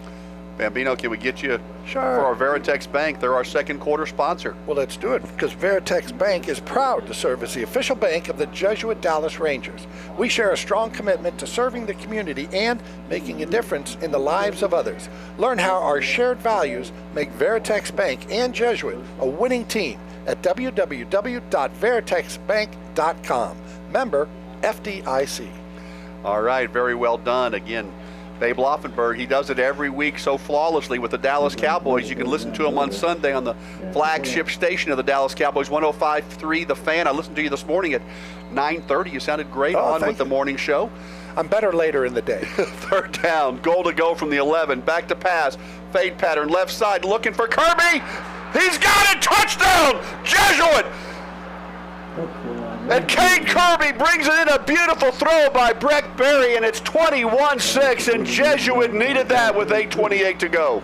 Well, as you know, Tom, there are some people who, in my opinion, erroneously say, that was a good penalty. Gives them more room back there, but it worked out well. 3rd and 12 from the 12, 3rd and goal, I should say, from the 12, and a great pass and a nice job at the end of this thing, going up and high-pointing the football by Cade Kirby. We'll get the scoring summary here in just a moment. Good throw by Barry as Magoo comes in for the extra point try. The kick is up, and it is good. 21-7 with 8:28 to go. The Jesuit Rangers needed that. And Babe, what do you think? Between calling 29 years and your 29th year of calling Cowboys football, you played high school football, you played major college football, you played in the big house in Michigan. I think it's fair to say you've probably seen over 1,000 games, right? You think you think about it. Wow. If you just do the Cowboys, 16 games for 29 years, now 17 games, right? And all the highs. 20 games because of preseason. Preseason, so I'm going to say you're probably up over 1,000, but maybe. I mean, 21-0. You've seen games can get out of hand so quick. I mean, how big was that scoring drive by Jesuit? Yeah, huge. It just gives you such confidence too that hey, we can score on these guys, and hey, these are young men, and you get down on yourself. I mean, it happens at the professional level, right? Yeah, and that was the first offensive touchdown by Jesuit this year, hopefully that'll just kickstart that a little bit. And after this kickoff, we'll get you the scoring summary from Babe Laufenberg. And how many times have you seen where your offense comes down and all of a sudden now your defense is back into it and they feel fired up about it? Ball comes down at the 4-yard line, takes it up the right sideline. Boy, getting good push on the blocks, out of bounds outside the 30-yard line. Vanguard Auto Group is our scoring summary sponsor, and they're proud to stand behind Jesuit Athletics with GMC, Kia, and the 4 dealerships in the DFW Metroplex and surrounding areas. We're here to be your hometown dealer. Visit VanguardAutoGroup.com and schedule your test drive today. Go Rangers. How about that scoring summary, Babe Laufenberg? Well, that was 12 plays, 4 minutes and 53 seconds and 70 yards. Kirby with the 11-yard touchdown pass from Barry. And, you know, they overcame a couple of penalties in that drive. I mean, when you have a 12-play drive. And a 4th and 10. Yes, and a 4th and 10. To Koenig's. Touchdown came on a 3rd and 12. There's the handoff. Another nice hole by that offensive line. It closes very quickly as Norman made the tackle. So it'll be 2nd down at about 6. You know, Babe, Kirby in the small world category. His dad, Jay Kirby, was one of my fraternity brothers at SMU. Oh, really? And yeah, last week we had a fraternity brother from SMU whose son was one of the stars for New Orleans Jesuit, and of course, Jay Kirby's son. Would you like to share some of those fraternity party stories? No, those are privileged as a lawyer. Third down. Well, wait a minute. You weren't a lawyer then. A late flag comes in. Gabriel James has his hands up. I think someone may have, Cole Johnson made the tackle, but I think Gabriel James is saying, hey, I wasn't doing anything. Let's see what the officials saw. It came down, I think, after the play was over. That could be a dead ball foul, and if so, that would bring up a third down. Or excuse me, second down right now is what the is shown on the marker. Dead ball, personal foul against Highland Park. Boy, Mason McDowell, the right guard for Highland Park, he was hurting it after that play, and now he's down taking a seat. Boy, that's a huge penalty, because rather than only about 5 yards to go, now it's going to be, if it's a dead ball, it's going to be 19 yards to go all the way back at the 28-yard line. They've got to get to the 47-yard line. There's a timeout with 7:44 to go. If you're just joining us, it's 21-7 on offense for Highland Park. It's been Buck Randall, the outstanding quarterback, connecting with Cannon Bozeman. First thing Babe Laufenberg said about the Southern Park offense was, watch out for Cannon Bozeman. And he has been unbelievable tonight. Yeah, I mean, he's just a good player. Speed, hands, all that. Runs good routes. Boy, third down and 19 here, Babe. I know that, you know, this is where you like to say, hey, settle down, Tom Walsh. But if you could get the stop here, get the ball back on 3rd and 19, you got plenty of time. Maybe go in, get some points. You have a ball game here. 21-7. You have a ball game right now, but that's a huge penalty on a dead ball. Instead of third down and 4, it's 3rd down and 19. The down does count. You know, and if you're Jesuit, just don't take a penalty here. Yeah, certainly. 3rd and 19, just let them complete it underneath, go make the tackle, and force the punt. Here comes Jesuit's 3-man rush, looking deep over the middle. He's got him! And oh my. Touchdown out of the backfield, Matthew White.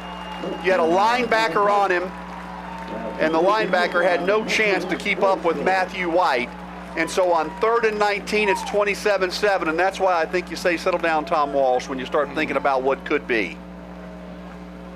And you give up a 3rd and 19 for a touchdown, you're going to have a hard time in any football game. Yeah, and that's just, you know, a great job by Highland Park to schematically you put Matthew White, you know, he's single covered out of the backfield by a linebacker, an almost 200-pound linebacker, and Matthew White beat him down the seam for the touchdown, and Randall put it right on the money again. Here's the extra point try. It's up and good. So we were just, what could have been. Oh, that was a backbreaker. You come down, you score, you feel good about yourself. You got them in 3rd and 19, and all of a sudden they're lining up for an extra point. And I mean, Randall just, he throws a beautiful ball, doesn't he? And we'll let Vanguard Auto Group. I think this is the best ad buy going, by the way. They get their name said so much. Scoring summary sponsored by Vanguard Auto Group. Vanguard Auto Group is proud to stand behind Jesuit Athletics with GMC, Kia, and Ford dealerships in the DFW area and surrounding areas. We're here to be your hometown dealer. Visit VanguardAutoGroup.com and schedule your test drive today. Go Rangers. That was 3 plays, 62 yards, 55 seconds come off the clock, and a 78-yard scoring strike from Randall to Matthew White out of the backfield. You don't have too many times where you have the scoring play is more than the scoring drive. Yeah, because of the penalty, huh? So 3rd down and 19. What a killer! And credit Highland Park. They got it. They got a night. They got the matchup they wanted. And look, I mean, that's tough to guard Matthew White coming out of the backfield with his speed. But I think when you can get you know, and that's the linebacker's always going to get matched up with the linebacker, right? I mean, do you ever see something in the secondary get? What do you do on that? Well, 3rd and 19. Maybe play a little. May play a zone. Maybe play a zone. May not be on man-to-man. And they had a 3-man. They had a 3-man rush, so they had 8 defenders back there. But just a beautiful throw. He found the player. There's a high kick, and it's going to be fair caught by Jesuit at the 29-yard line, as it's brought in by Ben Phillips. Well, you know what? Here's what you got to do if you're the Jesuit Rangers. You've got to just get another drive going, try to cut this to 2 scores again. Our title sponsor is Veritex Bank, proud to serve as the official bank of the Jesuit Dallas Rangers. We share a strong commitment to serving the community and making a difference in the lives of others. Learn how our shared values make Veritex Bank and Jesuit a winning team at www.veritexbank.com, member FDIC. And how about Barrel and Bones Craft Bar and Smokehouse right across the street from Jesuit? Proud to support Jesuit Dallas and our community. Support local. Catch every Jesuit game on the big screens at Barrel and Bones. Order online for delivery and use code Jesuit for $5 off your order. 1st and 10 for Jesuit. Beck Berry. Back to pass. Throws it over the middle. Ball is brought in. Nice job to be brought in there by Corson Lindley, the 165-pound sophomore with some good size. Dean Doolin on the coverage. Only picked up 3, but I thought he did a nice job to keep his hands on that one. There was a lot of traffic around. 2nd down 7 for the Rangers. Barry, looks like he's getting a little bit more comfortable out there, babe. What do you think? Yeah, as this game has settled down, so has he.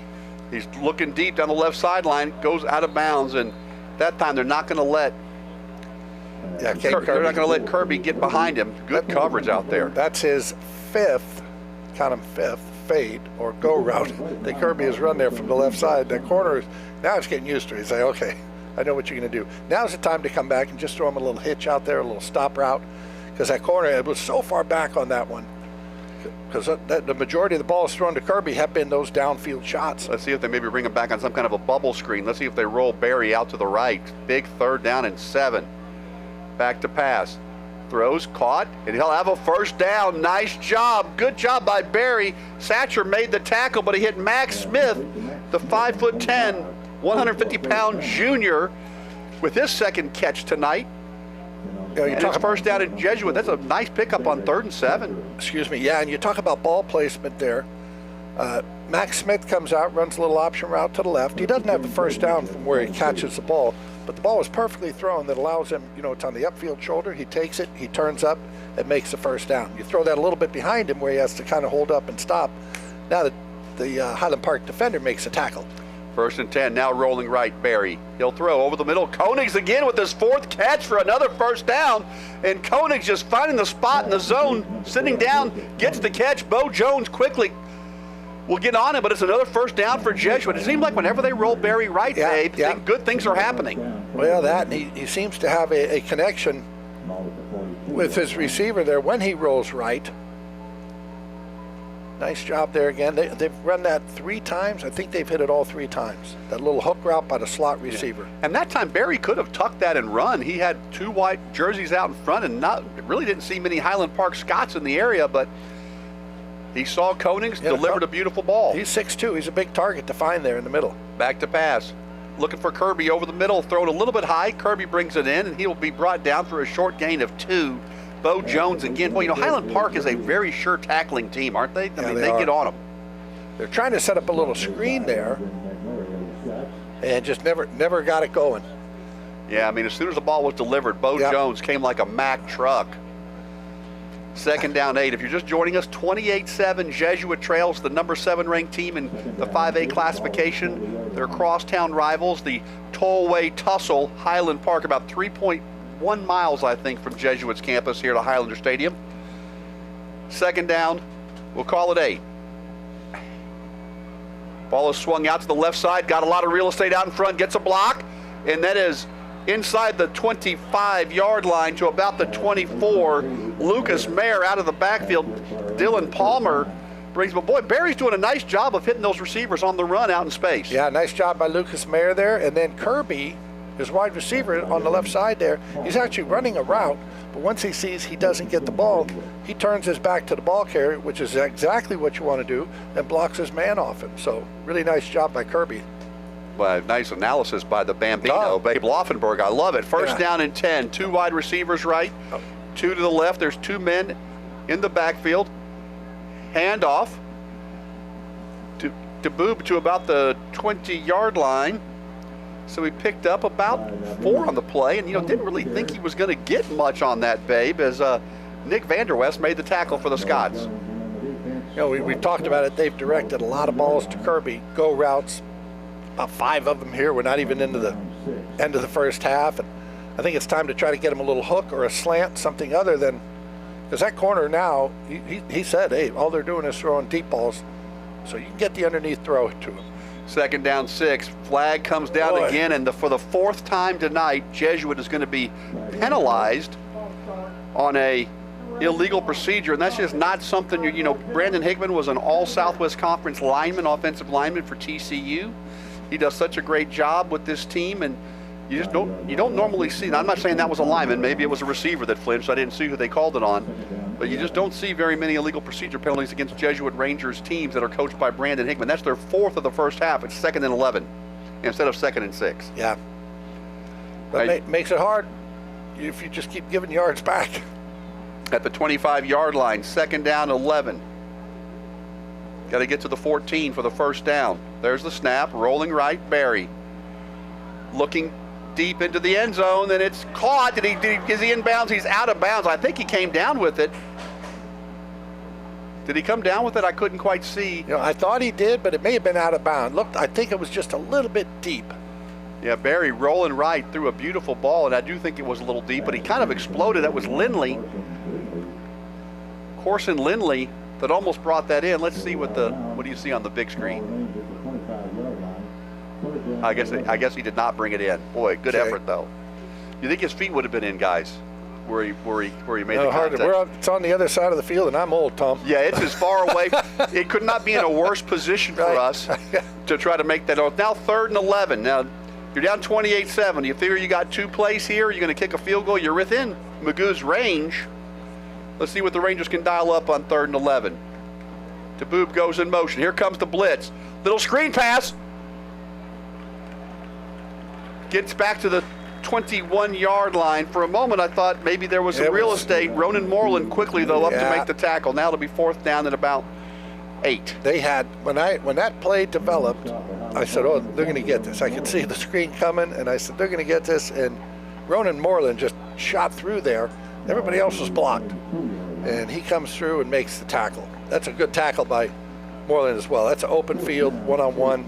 It's hard to get a guy down in the open field like that, but he did. I think Jesuit is going to let this play clock move down to about 2 minutes and 8 seconds to go in the first half, and then call a timeout and they're going to think about what they want to do on 4th and 8. What are you doing, babe? Are you taking the points? You got a good field goal kicker in Magoo. I think I take the points. I mean, if you think you can make it, yeah, I think I take the points. Feel good about yourself. You hate for drives to turn up empty. 2:05 to go in the first half. Jesuits down 28-7. But I'm going to just tell you, Tom, I'm a big fan of taking points. Yeah, I am too. I know the world is now, okay, 4th and 42, just go for it. But, and again, your confidence is lacking. You had the one score, and all of a sudden you're like, okay. Well, they're going to bring Cooper Magoo out. I think this is a good decision by Coach Hickman. I really do.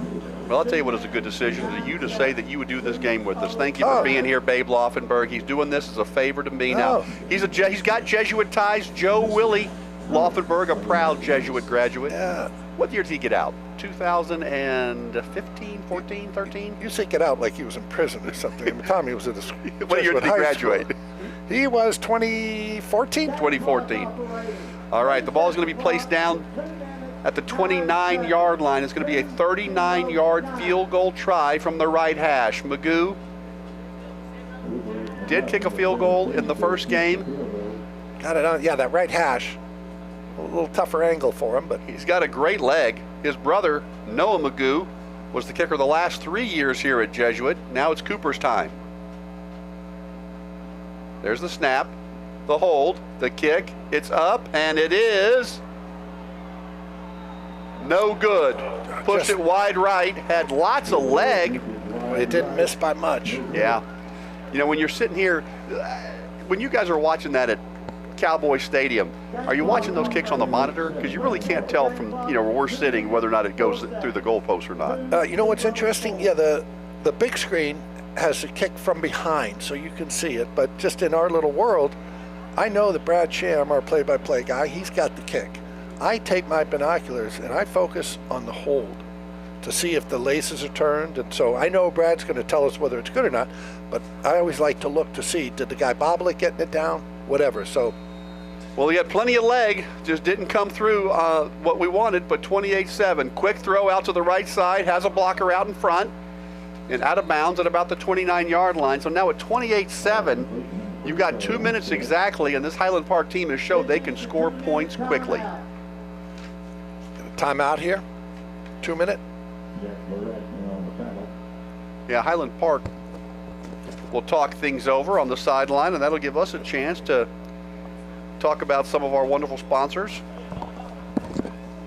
Barrel and Bones, Craft Bar and Smokehouse. Barrel and Bones is proud to support Jesuit Dallas and our community.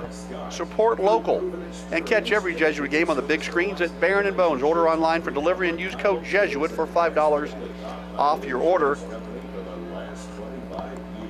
Babe, you did so well. Can I give you one of our great sponsors? That's our first time sponsor to have them this year. Of course, they're a legend here in the Dallas area for UT Southwestern. Oh, I did that one. You did that one. We got to give them one more in. Yeah, I'm going to let you do that one. All right. That's a long one. Yeah. UT Southwestern Simmons Cancer Center, your home team for cancer care with locations around the Dallas-Fort Worth area. Designated comprehensive cancer care in North Texas, the gold standard for cancer centers with the highest level of expertise, locations around Dallas and Fort Worth, right here, right now, for you and your family against cancer. UT Southwestern Simmons Cancer Center. Second down, back to pass, all day to throw. Jesuit not able to get any pressure, finally forces him to the right. Now under pressure from one Jesuit defender, and he's going to get it out of bounds at about the 32-yard line. Buck Randall. That's going to bring up second down at about 8. But, man, the Red Rangers are going with a three-person rush, three-man rush, babe, and he's had all day to throw. Finally, a little pressure there at the end. Hey, Tom, on that the last completion by Buck Randall, he's 7 completions for the night. That was the first completion that he had that did not result in a first down. Wow. First and 10 at their own 32-yard line. 1:49 to go.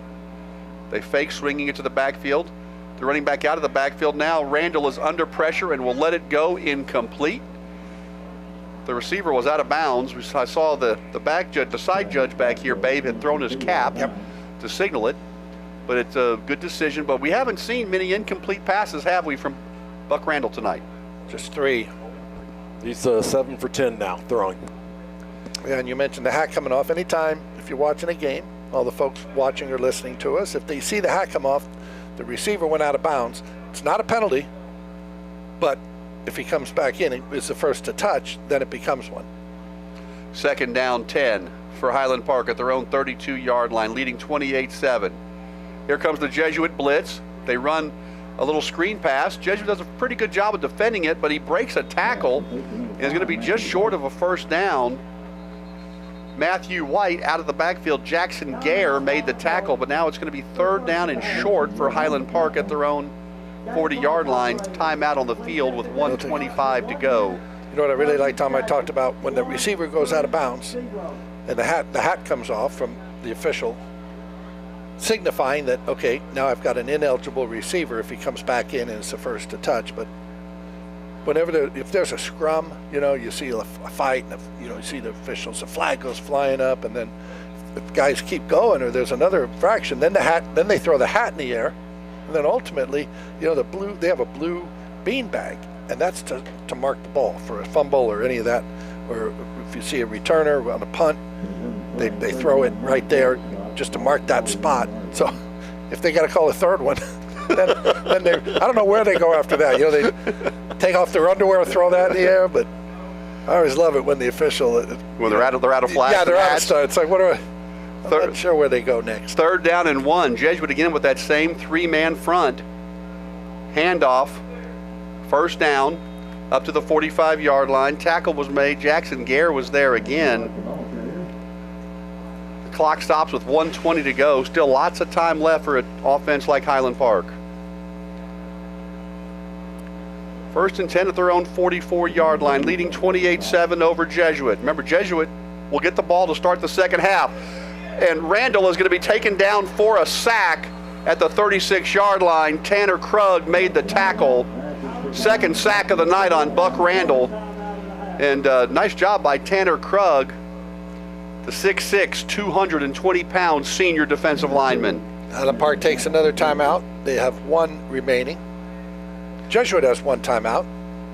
Jesuit, look, we're the Jesuit broadcast crew. We're both wearing some snazzy Under Armour Jesuit football shirts. Thanks to you. Well, thanks to you as well, Dave Laufenberg. But we're looking good up here. We're obviously hoping for the, we both got a lot of... Well, let me just say, I got to tell you, in full disclosure, I was going to look good anyway. No matter what I was saying, I was going to look good.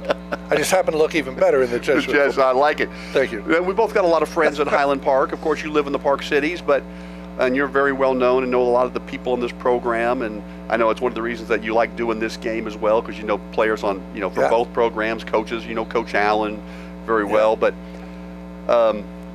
Jesuit has shown that they can move the ball. They got down to the 30-yard line, had a ball tipped, intercepted. They missed a 39-yard field goal. They've moved the ball, just haven't had much to show for them on the clock, whereas Highland Park has capitalized with some big plays. Let me tell you, Jesuit make a play here. Now you take your timeout. If you get them in that 3rd and long, I think Jesuit will take the timeout. Here comes the rush. Little blitz. Randall scrambles to the right side, throws it up, out of bounds. Well, that helps you. And clock stops. And the official threw his hat again. He likes to throw that hat over there. And the clock stops with 51 seconds. So Jesuit's dialing up some heat, bringing some blitzing there, and I think a good job to do so as 3rd and 16. Let's see if Randy Allen just maybe wants to run this ball, the head coach for Highland Park, run it and force Jesuit to use their last timeout. 3rd down and long, as you just said, 3rd down and 16. It's not the way they usually go about their business. And we saw earlier they converted a 3rd and 19 for a touchdown. Oh, they're saying 4th down on the sideline, 3rd down on our. We thought we showed us 3rd. Chris Martinez says, I say it was a 3rd down after that run by Matthew White that resulted in the 1st down. Yeah, quarterback got sacked and then threw the incompletion. I've been going off the down marker, which is opposite from where we sit, and the official, I had 2nd down on the last play. Yeah, the official. But now it's 4th. The official is signaling. I thought he just signaled to both sidelines with a closed fist, which means I think 4th down, right, babe? But let's see. So is this an official? No, Highland Park took a timeout. Is that correct? Yeah, I think an official. I think timeout? Highland Park is trying to say, hey, it's 3rd down. Remember that? Was that Colorado, Michigan a couple years ago when they got 5 downs? 5 downs. That ended up for the touchdown. Now Don Woods is the defensive coordinator, associate head coach for the Jesuit Rangers. He was a longtime defensive coordinator right here for Coach Allen at Highland Park. He knows this program very well. Now they're going to do a quick kick. No one back to receive it. And it's going to make a Jesuit bounce. Just stay away from that one. Pick it up, though. Clock is ticking. The clock is ticking. Yeah, just all you want to do is get over and touch it. Yeah, the clock seemed to stop a little prematurely there with 41 seconds. Jesuit may have got a couple of extra seconds. And Tom, to the down thing and the 5th down, yes. Colorado, I don't know if all the folks realize it, but if you're ever watching a game, doesn't matter the level, and you see that official with it's kind of a sleeve on their hand. There's 3 of them keeping it. It's a down marker. So if it's 1st down, it's over on the pinky. Then they move it on 2nd down. Then they move it to 3rd. Then they move it to 4th. So, and you'll see they've got. I was 58 years old when I learned that. No, you did know that. I did not know that. Oh, okay. That's what I'm saying. I'm 58 years old. Wow. 1st down. Barry, handoff, right side. Mayer, no gain. Yeah, it's almost like looks kind of like a black rubber band on their hands, but that's what it's there for. I've had people say, well, why do they wear that? I said, that keeps the downs for them. Benton Gordon made the tackle, and Jesuit looks like they're going to be content at their own 19-yard line to go into the half. They will have the ball to start the 2nd half. Remember, Jesuit won the toss and deferred. Hey, babe, I know you're not used to this being on the Cowboys broadcast, but we are international. I mean, we're national tonight. We got people in Nashville, Tennessee. Oh, really? Listening tonight. I know that you guys aren't used to having people all around the country and world listening to you, are you? We don't. I barely can get family to listen to me, let alone people in Nashville. Well, Pat Sayers from the Jesuit Development Office and her good friend, you know Pat. Oh, yes. Well, her good friend Monica from Nashville, Tennessee, listening in tonight. You wanted to hear the great Babe Laufenberg. Oh, that's great. I know Dean Sayers. Yeah. So when we come back, Jesuit will have 1st and 10 after the kickoff, down 28-7, but the first half is in the books. A first half of what might have been. Jesuit had a 3rd down and 19. Highland Park had 3rd and 19. Jesuit was on defense. With it looked like Jesuit was going to get the ball back with about 6 minutes to go in the half, and instead Highland Park hit the big touchdown to Matthew White out of the backfield, and that was a backbreaker.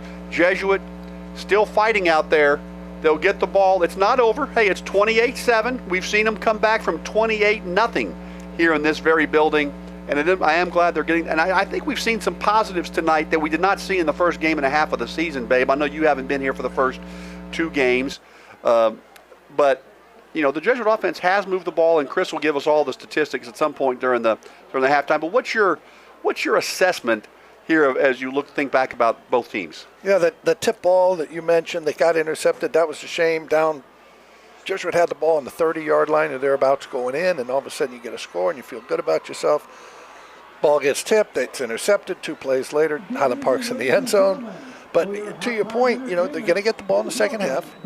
If you come down, score, it's 28-14, and the game's back on. And again, I always like to say, you feel good about yourself. That's right. And hopefully Coach Hickman, and I know he'll be in there. There's some things that we're working, obviously, for Jesuit. So you got to accentuate those. Again, I'd like to see him go to Kirby on some shorter routes. They've already tested him deep about 6 times, the Highland Park defense, and they got one of them for the touchdown on the 3rd and 12. But come back, throw him some shorter routes. We've seen the rollout to the right, getting the ball to Koenigs, who's done an outstanding job of just sitting in that hole, coming out of the slot.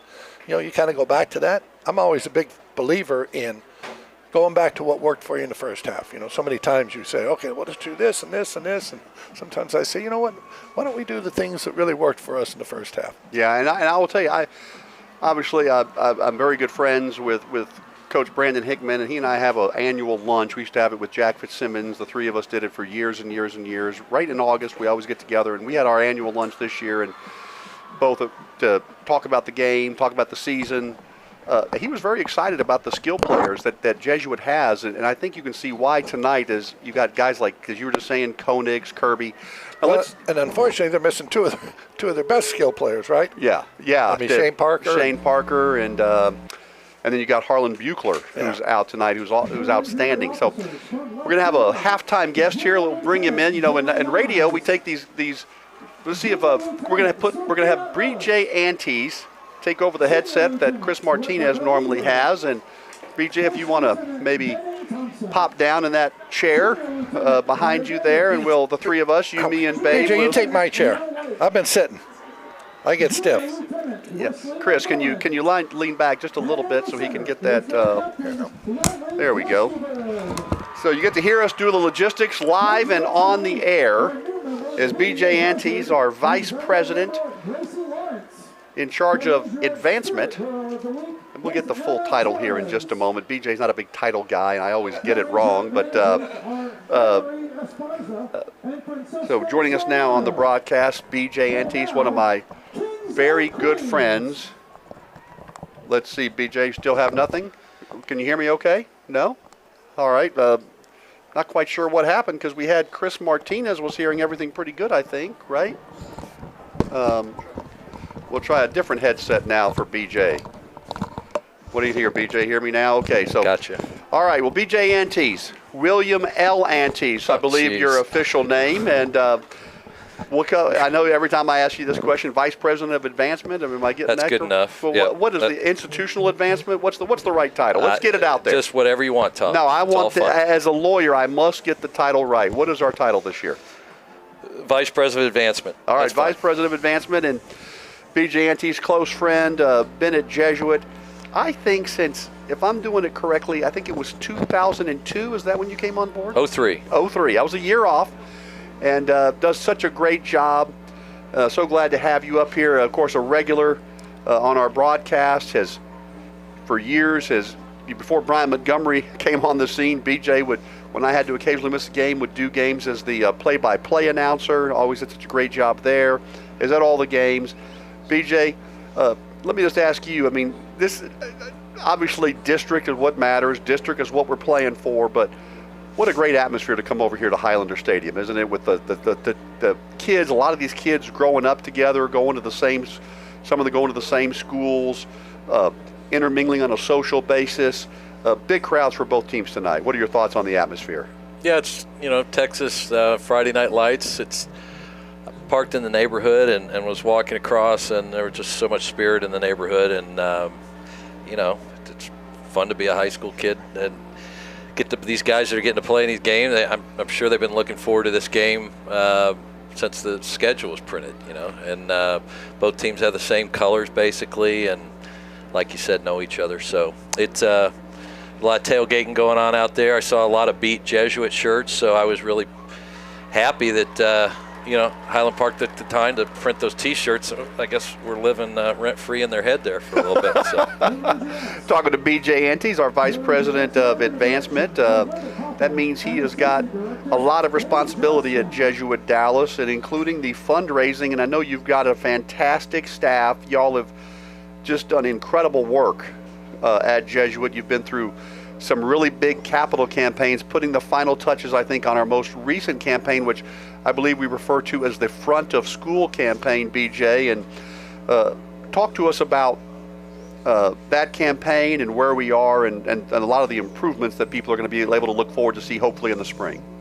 Yeah, thanks, Tom. That goes back all the way to, probably 2015, 10 years ago, when we started thinking about what we needed to do next, and spent a few years just what we call blue skying the campus, what we needed as far as endowment growth, and just basically dreaming, money no object, and then knowing that money is an object, you start to do feasibility studies with consultants to determine exactly what you can raise. And it kicked off back 2017 with the update of our cafeteria and the Melsheimer Theater, and then just continued through with the Dove Field House, the Siegel Aquatic Center, and we've been blessed. The Duda Athletic Center Plaza there, the Duda Plaza has been a great add, and just really excited. Longwell Science Labs. I hate to leave anybody out, but we've got the front of school. We're excited to announce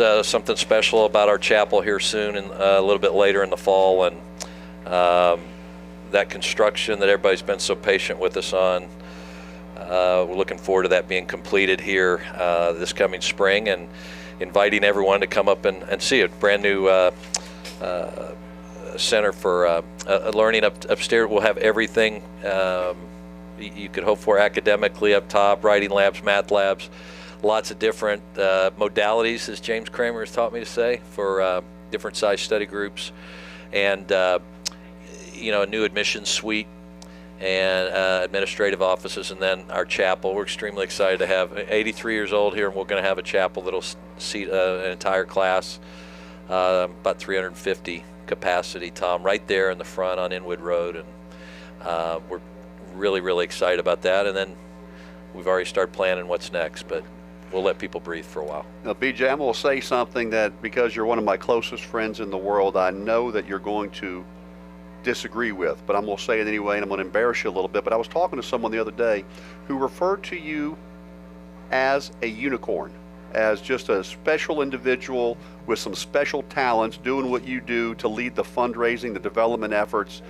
I know you're the first to always give credit. You've got an incredible staff of very dedicated professionals that do such a great job, and you've said to me many times that what a blessing it is to have a community that is willing to open up their wallets in the way this community is to make the educational experience, the well-rounded experience for the facilities and everything that are provided by these capital campaigns, which is obviously one of the things that is very apparent to all of us. You have a lot of fundraising, right? You've got a lot of challenge, right? We'll talk about that in a minute, but how fortunate do you feel to work with the staff that you work with, and to have a community of donors that you're able to be blessed with to work with on a daily basis? Well, extremely blessed. Mike Ursing, our president, gives us a lot of autonomy to implement the fundraising programs that we do, and I get the credit, but they're doing all the hard work. And you mentioned some of them earlier, but Joel, our Abi of our Director of Development, James Kramer, Director of Communications, that in our nonprofit world, that's kind of what you call your sales and marketing leadership. They do a wonderful job with their teams. I heard you mention Pat Sayers. Our alumni director, Sean McMullen, does such a great job with Sam Savello and the alumni board. And throughout the ranks, and there's a whole group of support team that is behind the scenes and doesn't get the credit, that have been there for some time. Shelley Schutze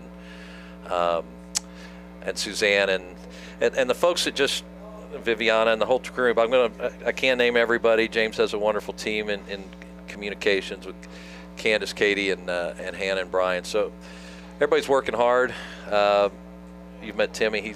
He's out there raising money. So we'll just keep trying. Talking to B.J. Antes, the Vice President of Advancement for Jesuit Dallas, one of my very close friends, and we talk quite often about Jesuit and about sports. This guy loves sports as much as any individual walking the streets of the Dallas-Fort Worth Metroplex.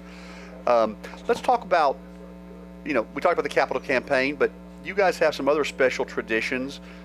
Pick one or two of them out that your team is involved with, whether that's the challenge drive or the Hall of Fame. I mean, Sure. Talk about some of the other things that may be coming up on the calendar here in the fall.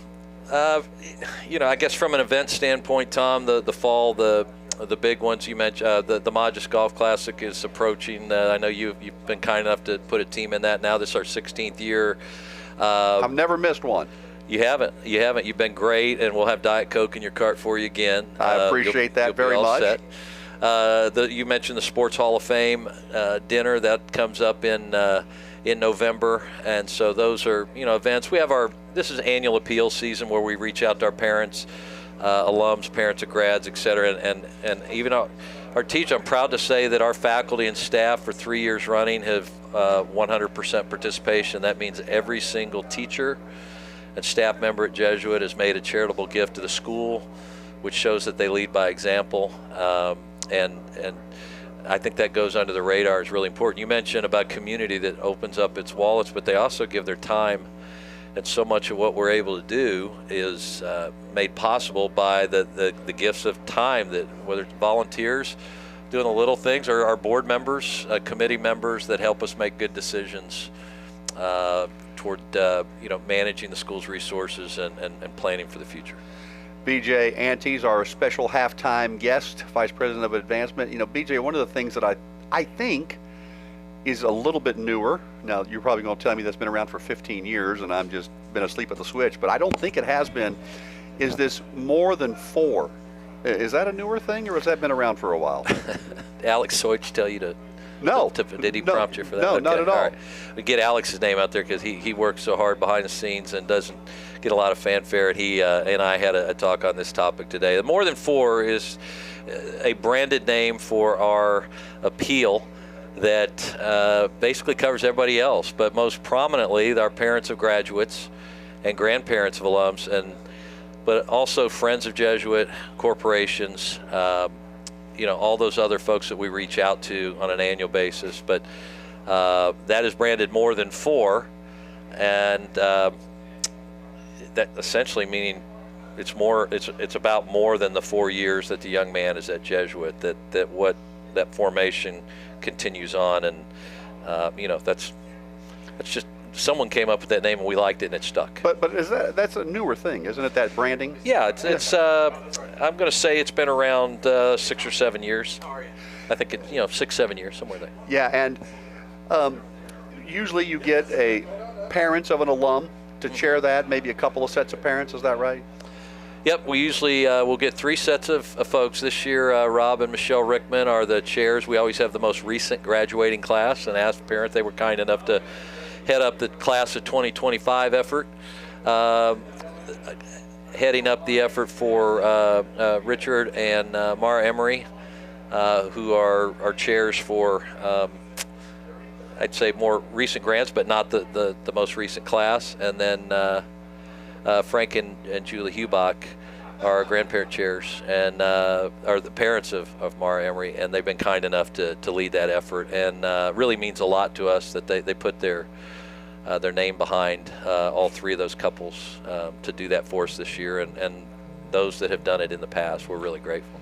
Now, probably the question I get asked a lot is the Walsh Gym at Jesuit named after me? Do you ever get that question asked of you, BJ? Just, I don't know, a couple times a year. No, I mean a week. I'm sorry, a couple times a week. You told me to say a couple times a week. You got to read the fine print. But, it's not. I'll go ahead and say that. But, if you want to leave the impression that it is, there's no objection by me. You mentioned the Melsheimer Family Theater was one of the big things that was part of this capital campaign. And, of course, my longtime law partner Tom Melsheimer from the Jesuit class of 1979 and Mickey Melsheimer, the lead donors on that. Of course, my youngest daughter, Kate Walsh, who's a freshman down at the University of Texas, performed at the Melsheimer Family Theater several times as part of Ursuline and Jesuit coming together. We had a nice visit last year during the broadcast, one of the games with Chris Patterson, who does such a great job in the part of the faculty, leads the fine arts department, and I know he and Mickey worked together when she was at Ursuline, Mickey Melsheimer. But when you see, I don't know, I went to the old theater. I mean, what did we used to call the old? Did it have a name, or was it just called the theater before the Melsheimers? Yeah, I think we call it the Lecture Hall and Theater. The Lecture Hall and Theater. And if you have not been over to see the Melsheimer Theater, I would encourage you to do so. It is incredible, and I know that you're very involved with Tom and Mickey and kind of, imagining what that space could be, and I just think it's phenomenal. Back to where we started, BJ, on the capital campaign, the front of school. I took a tour of it probably 3 weeks ago with Alex Soich, kind of walked me around. We had the hard hats, and we were walking around, and I know you said we'll have a special announcement about the chapel coming up soon. I think it's designed for about 300 people that could get in there. So maybe a whole full class could go to mass together. Is that the plan? That's right. Yep. Yeah, and then you've got a bunch of additional classrooms and what do you call those spaces right there? Kind of looking over like a porte-cochere. I went through them. But there's that's the Academic Center for Excellence. So we'll have. That's kind of what I was referencing earlier. I don't think I did a good job of explaining it, but essentially just trying to create spaces for learning, whether it's individual study, pairs, groups of, small groups, 3 or 4 kids. We'll have, that's very near the counseling department. We're trying to make the building work better. Over the years, we've kind of cobbled together the real estate and the square footage to do the best we could with the resource we had. And the building just needs to work, and I think this construction effort is going to do an awful lot for us. There's a section between the chapel that runs north-south across the front of school from that porte-cochere area, that drop-off down to the chapel, that will probably go mostly unnoticed because the other two are so prominent, but it's huge for us because this 2-story hallway connector, if you will. Like I said, we've cobbled it together. There are places prior to this that you would have to go if you were on the second floor here and you want to go to the second floor there. You're going to have to go down to 1 and back up to 2. And now like I said, it'll just work better. So. Yeah, and I know so many people are involved in that. Win Bell, of course, has been integral in those construction aspects and dedicates so much and volunteers so much time at the school. Well, BJ, we always enjoy visiting with you.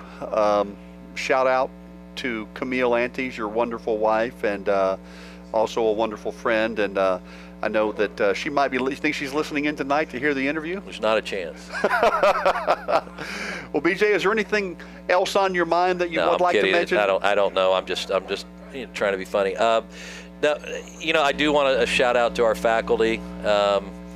Tom and his team and the faculty and the students here. You're only as good as your teachers. We're a school, and we have wonderful faculty that works extremely hard to educate these guys, and I would say it's the most caring group of people. It's really a great place to work, to be around people that care so much about what we're doing, and then the staff at Jesuit that works so hard to support that effort. And that support team, and that's part of what we are in advancement. The first school didn't have advancement directors, alumni directors, and that fundraisers. The first school had a teacher and some students. And at the end of the day, that's still what we're doing. All this extracurricular stuff is great. It makes it's well-rounded, creates spirit, and gives the guys a chance to be well-rounded. But at the end of the day, it's Jesuit College Prep. We're trying to help position them to get into the best school that they can, and I'm really proud of the job the faculty and staff do to help support that. BJ, I think back to the early days of, that was well said, by the way. I think back to the early days of us doing our broadcasts, and we would have Jack Fitzsimmons and I and Chris Martinez. We would be in the part of the press box where to get anywhere in the press box, you had to go through our broadcast space, and it was just mayhem in the back. And what people may not know is that while we've been having this conversation, there was a spilled liquid, a Diet Coke or a Diet Dr. Pepper here in the press box, and people are frantically trying to clean up, and you never missed a beat. You just kind of professionally stayed on brand. We were having a nice conversation, but if people could see, it's frantic work going on behind you right now as we're trying to clean up the floor here in the press box, leave it as clean as what it was when we got here. I didn't do that, did I? No, you did not. You did not. You did not. But they're trying to clean it all up. BJ, I want to, before we finish, I want to say one last thing about the mod, just because it is something that is very special to me. You were very kind last year, and you recognized everybody that had been involved, had a team for 15 years, and my team that's been a wonderful group of guys that have come with me to play. We all got some little extra perks by being one of the few teams that have been involved in all 15 years. This is a very important tournament, right? You used to have, back in the day when I started back in 1998, I think you had a few different golf tournaments, and somebody on your staff, maybe it was you don't have to take the credit if you don't want, but somebody came up with the idea of let's consolidate these various golf tournaments into one incredible golf tournament. And I know we're partial, but we think with the perks, the atmosphere, the support, and the enthusiasm, we think this is the greatest golf tournament in the area. For all of those things combined, it's always sold out within days of the teams, and most of it's people coming back, right? It's hard to get a team in there because everyone wants to keep playing in it, but all those funds go to support the boys, right? They do. That is largely goes to financial aid to support our tuition assistance program. A little bit of that is carved out for athletics, but that's the other side of my job that I didn't talk about, that we don't need to talk much about, but I do want to give a shout out to Brian Tusa, our endowment, our foundation chair. The foundation was founded in 1966, and I'm lucky enough to get to recruit board members for that and work with them. They make us better.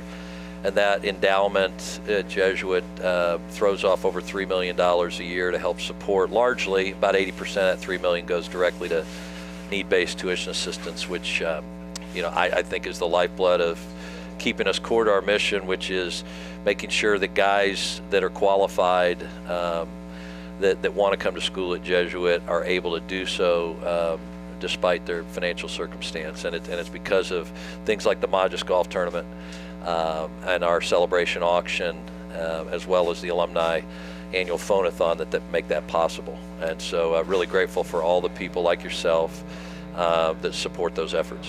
Well, BJ, we are grateful for you. You and your staff do such a great job.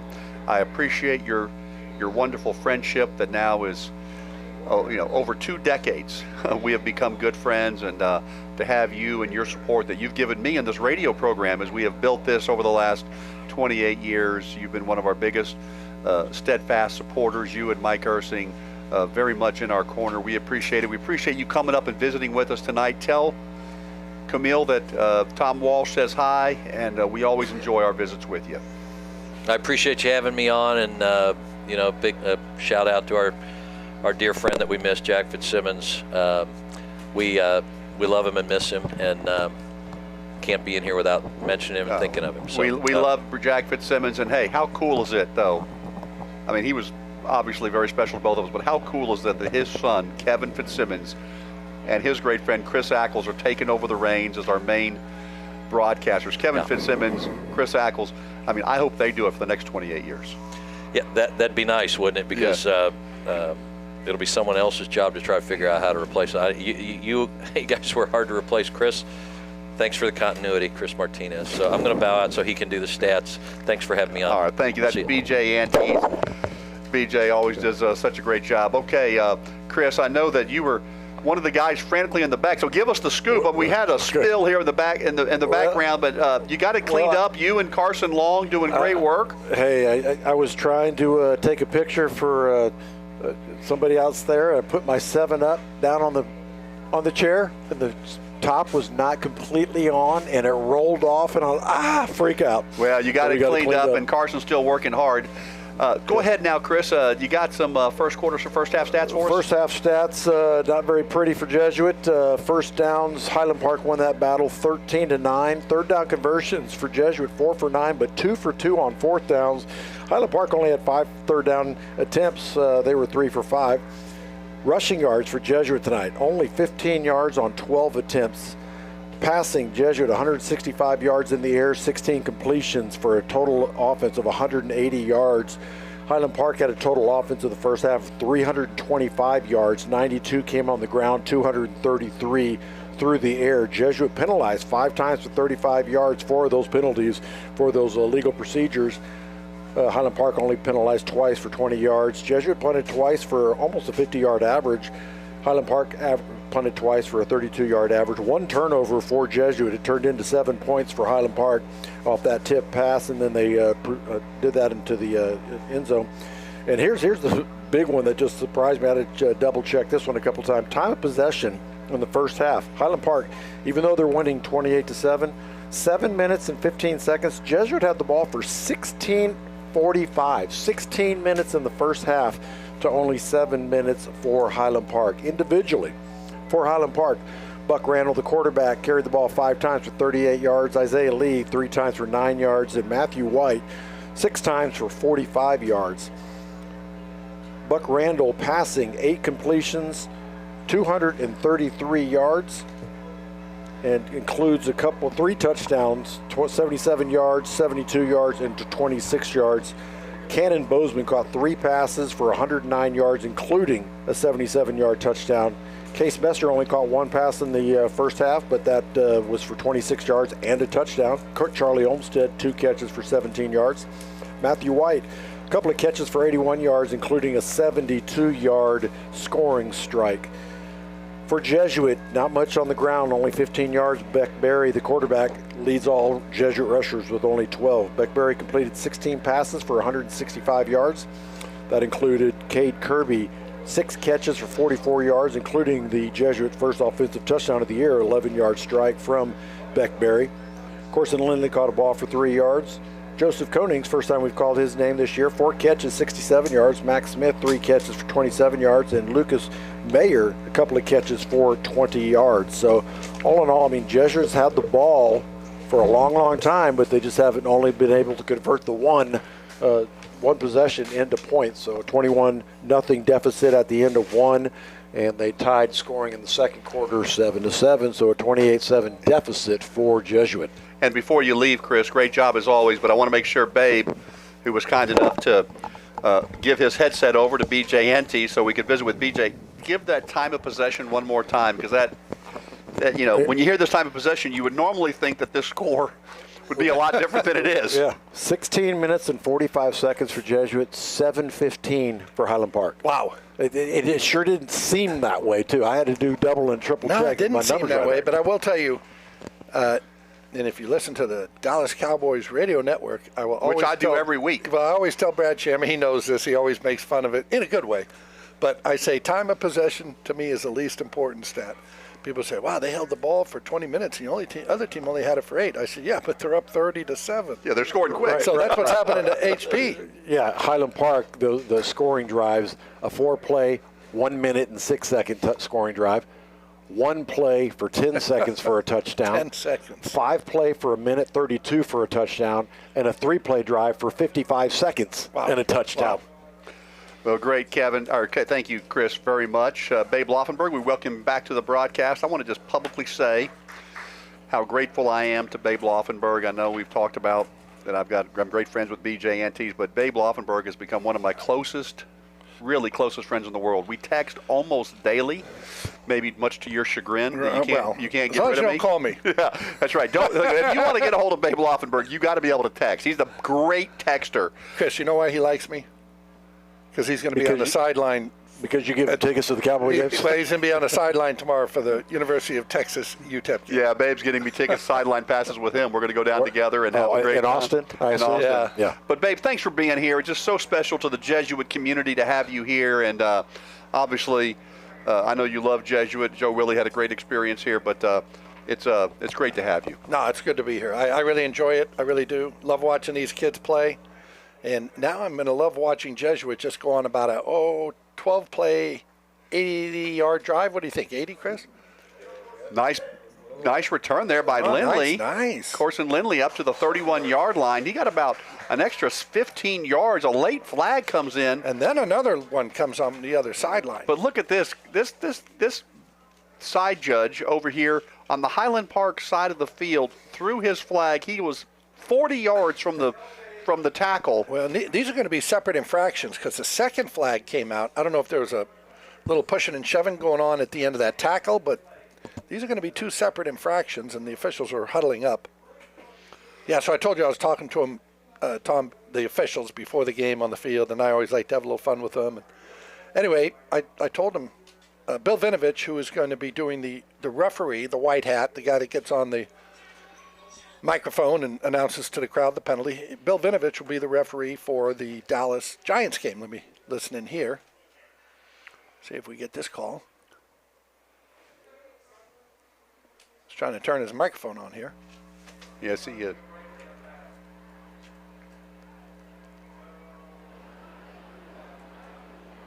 Illegal. Block in the back by Jesuit. And I think we're going to get a personal foul. Yep. Against Highland Park. So they're going to go backwards and then come back forward, I think so. I think they mark off the penalty, and now you're going to put the 15 on for the Jesuit's going to get about 5 yards out of it. Yeah, they were going to be at the 31. They're now at the 36. Nice. Oh, yeah. So Bill Vinovich, who has done 3 Super Bowls, by the way. Yeah, he's outstanding NFL official. He's my favorite. But, he started out, he was doing high school and Arena League games, and that's the way. So these guys that are officiating today, 5-10 years, you may see him in the NFL. Where did Bill go to college? USD, yes. What is USD? The Toreros. San Diego. Boy, they are just hammering that fade route to Cade, are they not? Yeah, they're really trying. They're trying to get him up the left side. That goes incomplete. I don't know if that's by design or if Beck Berry just in the huddle says, hey, why don't you just go deep? Now, I know you'll go on the field. We mentioned we're going to be on the field together tomorrow at UTEP, Texas. Yeah. But you'll go on the field always. I remember being up in the Meadowlands in New York and seeing you for the before the game for the 2016, and you were just walking across the field, and you didn't know I was going to be there. I said, Babe Laufenberg, and kind of helped us reconnect after a few years. As Barry with a quarterback keeper, nice run, picks up about 8. Up to the 42-yard line, 43-yard line. Looks like we're going to spot him down. So it'll be a pickup of 7 and bring up a 3rd and 3. But I like the way that they're moving Barry around tonight. Yeah, that they went back to that option. They ran it on the 3rd and 2, and he picked it up on the 1st down. And they ran it there. I think they've had about 3 things working for them tonight. The option going right, the rollout to the right, and finding Koenig just sitting down from the slot.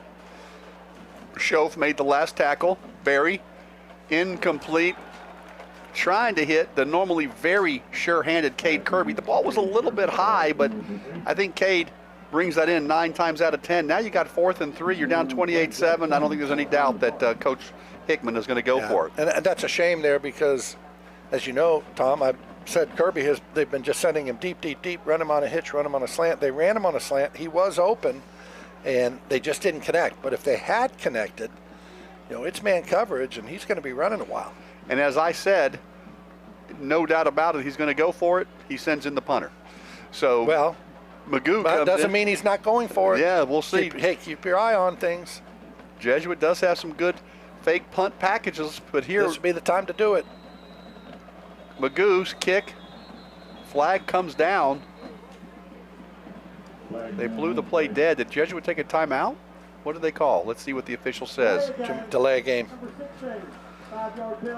So 4th and 8. Boy, how many penalties is that on Jesuit tonight, Chris? That is 7 penalties for 50 yards, and 4 of them were on illegal procedure. But another 5-yarder there, so that'll back up Magoo. Now they won't try the fake. I thought really 4th and 3, that ball's sitting at, on the other side of the 40. Yep. Thought they might try to, as I say, manufacture points, but at least manufacture a first down. This kick is away. Not as good as the last one was going to be, but it does take a nice Jesuit bounce and goes out of bounds, unreturnable inside the 30-yard line. 40 yards on the kick, no return. And so Jesuit got the ball to start the second half, had a 3rd down 3, not able to come up with the first down. And Highland Park will take back over with a 28-7 lead. It just doesn't feel to me, babe, like it should be a 21-point lead. I mean, yes, Highland Park has been explosive. I'm not taking anything away from them. They've been outstanding. But it just seems like the way Jesuit has had some success, they just have left some points out there tonight. So Highland Park takes over at their own 27-yard line. Handoff to Matthew White. He'll go right side and is taken down really only about a yard. Probably the best job on so far we've seen tonight on the Jesuit run defense when they've gone outside. Ben Phillips made the tackle. Matthew White has done a nice job out of that backfield for Highland Park. Had the 78-yard touchdown coming out of the backfield, caught man-to-man coverage, and that was, I believe, on that 3rd and 19. Is that right? I'm thinking it was a 3rd and 19. Yep. 72 yards on that 72 play. yards, Chris Martinez tells us. Okay. Hey, this guy Martinez is pretty good. He's on his game. That's why he's really good. That's why when I put 78 yards, it was a Ron Burgundy. I put 78 yards with the question mark at the end. 2nd down 8. See, when Chris says it, there's an exclamation point at the end. And there's that short pass again that is Olmstead. Well, he's right on it. Yeah, they're giving him the first down. Cole Wambacher made the tackle. Cole Wambacher, his brother was a heck of a player. Oh, he was. Yes, he was. He was indeed. I love. He is at Texas A&M, I believe, in the engineering school. Chris Martinez with the Aggie whoop in the background. Yeah. And I hope that tomorrow the Aggies, I've got many good friends are Aggies. I hope they go home disappointed from South Bend because I'm a huge Notre Dame fan. But that's going to be a good game. 1st and 10. Here comes the Jesuit blitz. Gabriel James comes up. This gets picked up pretty nicely. Lots of time to throw, and finally he'll throw it out of bounds. Good coverage by that Jesuit secondary. All right, since you are that Notre Dame fan and one of your good buddies, Dave Shepard, who is a Winston and Strawn attorney in Los Angeles. I know you're with the firm here, obviously in Dallas. Dave Shepard went to my high school. Was actually the center for my brother. My brother is 3 years older, and he was a quarterback. Anyway, Dave came to my game at Michigan. He was at Notre Dame Law School, so he went up to the game at Michigan. We get finished with the game, and Lee Corso we're in the locker room, and he's giving us a speech after the game, and I turn, there's Dave Shepard standing right next to me. I'm like, how did you get here? Delayed handoff. Good job by the Jesuit defense. And I think that was Cole Johnson again. Nice work. Who did really a nice job. It's going to be 3rd down and almost 10. Babe, I love that story. Dave Shepard, a great trial lawyer in Los Angeles for Winston & Strawn, my law firm. Like you said, you grew up with him. He was really best friends with your older brother, great friends with you. I love Dave Shepard, good friend as well. But you said you look it up and you're like, how did Dave Shepard get into the Indiana locker room? Yeah, when we had lost, my head's kind of down a little bit, and I just sort of look over, and there's Dave Shepard just standing there like he was part of the team. 3rd down 9, deep throw, has a man open again, and it's dropped. Oh, goodness. Jesuit got so fortunate on that, as that was going to be 6, as Harrison Cullum not able to bring it in. He was open. Boy, the Jesuit secondary man coverage out there on an island, and these receivers from Highland Park are very speedy. He ran a little double move over there on the left side, and they bit on the first move. And now I tell you, he's a great lacrosse player. He is committed to Syracuse, one of the top lacrosse schools in the country. So, no Harrison doubt. Cullum probably drive, and lacrosse people say, it's fine, I don't care. There's a short punt off the side of the foot, not going to take much of a roll. Highland Park will let it roll to about the 32-yard line. You talked about Syracuse being a great lacrosse program. Yep. The Jesuit head coach, longtime head coach, won a few at least 1 or 2 state championships. Chris Saran was an All-American lacrosse player at Syracuse. And so, yes, an outstanding, a storied program. We'll go way, way, way back here, but Jim Brown, the Hall of Fame running back, he was a great lacrosse player. Did not know that. Yes, he was like All-American lacrosse player at Syracuse. That's 2 things you bet. The one thing I've never heard about is that little finger thing that the ball is pitched out to Mayer, and a nice pitch out. He's going to get about 9, but say that again. So when the referees are keeping downs on the field, there's a little thing they have on their fingers. The officials, so you'll see a band around their wrist, and then it looks like a rubber band coming out of that band that's around the wrist, almost like a watch. Just figure your watch band with a rubber band around it, and it goes around the fingers. They move those along with each down. So that if you look over to the down marker and it's incorrect, that's how they figure out which way to go. There it is. Big run by Barry into the secondary to the 40. Foot race 30. Still on the right sideline, out of bounds, inside the 25-yard line. Biggest play of the night for the Jesuit Rangers. He's inside the 20 to about the 19. Well, I talked about they had a couple things working for them in the first half. One was that option. And right there, it just worked to perfection. Hey, I know you got it was a 40-yard pickup by Beck Berry. Just had the open hole and got all the way inside to the red zone. 40 yards for Beck Berry. Now you've got to get some points. Jesuit did miss the 39-yard field goal after the penalty the last time down here toward the end of the first half. Berry runs the option again. And he'll get some good positive yardage, getting a push, still on his feet. Good effort by Beck Berry to about the 13-yard line. Boy, and good effort by his teammates as they come and pushing him up from behind. The near official is saying he was down about the 17-yard line. They marked him back. They marked him back after he got the push. Doesn't take away from the effort. Might take away from the gain. What do you think of the tush push not being outlawed? I mean, I know that was not the tush push here, but it reminded me of the push, from the back. But it's almost unstoppable. Well, very quickly, there are certain things that are unstoppable, right? Derrick Henry being one of them. But right. It's just not a football play to me. Hey, I don't like it either. From behind. And it was illegal at one point, so it's not like it's always been in the game. But 2nd down, 8. Handoff, right side, inside the 15. Picked up about 2. That's going to bring up 3rd down and about 6. They've got to get to the 9-yard line. Jesuit down 28-7. Lee Wagner made the tackle for the Scots. You know what else I like? That Max Smith, who just carried the ball there. They've snuck him out of the backfield a couple of times on a little crosser out in the flat. That won't happen now because he's coming out of the game. He's coming out of the game, and into the game is Judson Harris. But they've had a little. I talked about the things that worked well, the rollout. Now, do you look for Cade Kirby for the 8th time down the left side? I don't know. I like the slant to him, not the go. They're playing the go. And there's a run by Beck. He's got 1st down yardage inside the 5. Goes into the score. Touchdown. Jesuit 28-13. They strike back. And Beck Berry with his legs for much of that drive. And Jesuit is 1 extra point from bringing this to a 2-score game. Boy, and I love it. The student section opposite us here on the Jesuit sideline, they're just going crazy over there on that run. And they should be. Heck of a run. Heck of a run and a great job by the Jesuit. This is the offense we were expecting to see, babe, and we're seeing it here in one of the toughest venues in all of high school sports in the state of Texas, Highlander Stadium.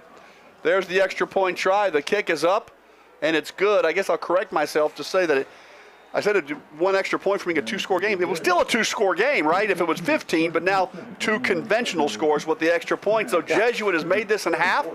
They got the break. Highland Park had what it looked to be a touchdown reception that was dropped on another deep ball, but Jesuit makes Highland Park pay. And before you give that scoring summary, if I can put you to work again, my for the Vanguard Auto Group. Of course you can.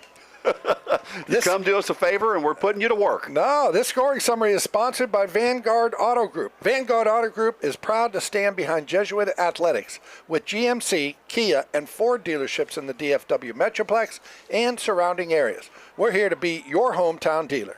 Visit VanguardAutoGroup.com. Schedule your test drive today. And, oh, by the way, Go Rangers. All right, well done. And what was that scoring drive? That one went 5 plays, 68 yards. Barry with the 15-yard run at the end of this thing. And once again, Jesuit overcame a couple of penalties in that drive. And only 2:02 comes off the clock, so 6:32 to go in the third quarter. Jesuit has cut this lead in half, 28-14.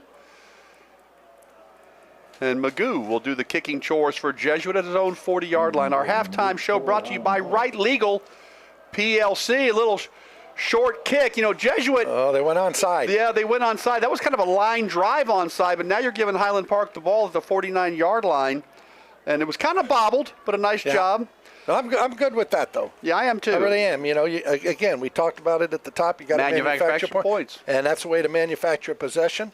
Good job by that young man for Highland Park. I didn't see what the number was, but good job by him of being alert to it. Many times, you know, you just get into that whole routine of as soon as the guy approaches the ball, you start backing up to go set up for the return. So he hung in there and did a nice job of recovering it. So Highland Park gets the ball back with a 14-point lead, 28-14 with 6:28 to go in the third quarter. The Jesuit defense needs a stop. Little option, and there's no pitch.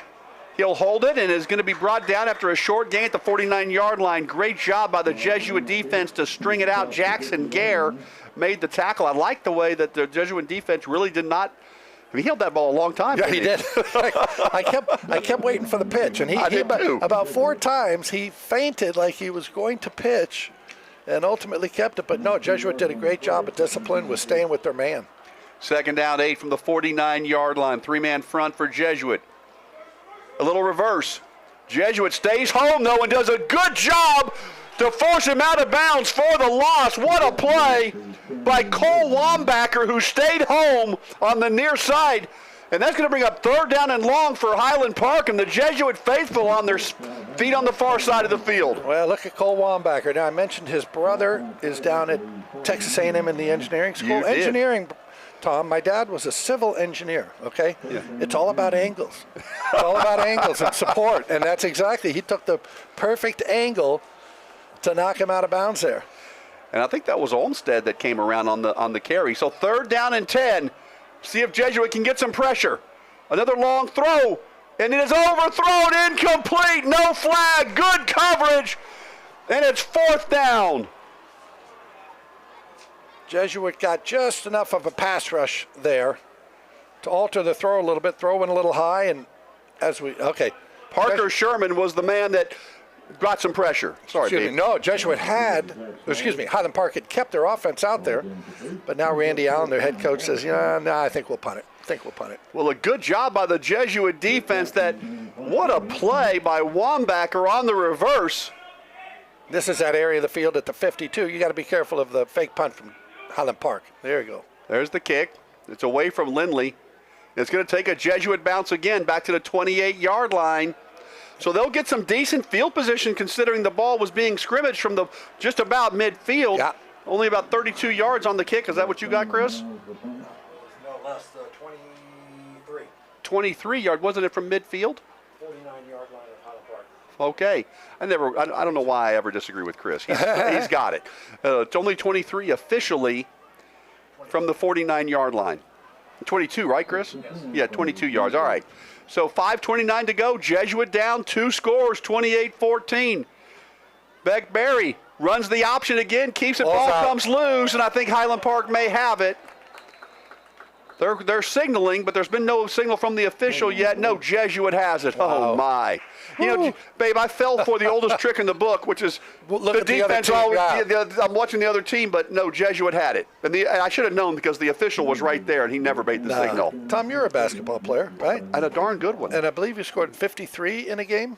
Babe, only 50. 50. They held you to 50. And it took double overtime to get there. Okay, well, you go play 3-on-3 in the gym, you call your own fouls, right? That's right. That's what they should do in football. No, we got it. We got it. That's our ball. 2nd down 6. Highland Park may have been offsides. Long throw, right sideline. It's going to be picked off at the 32-yard line.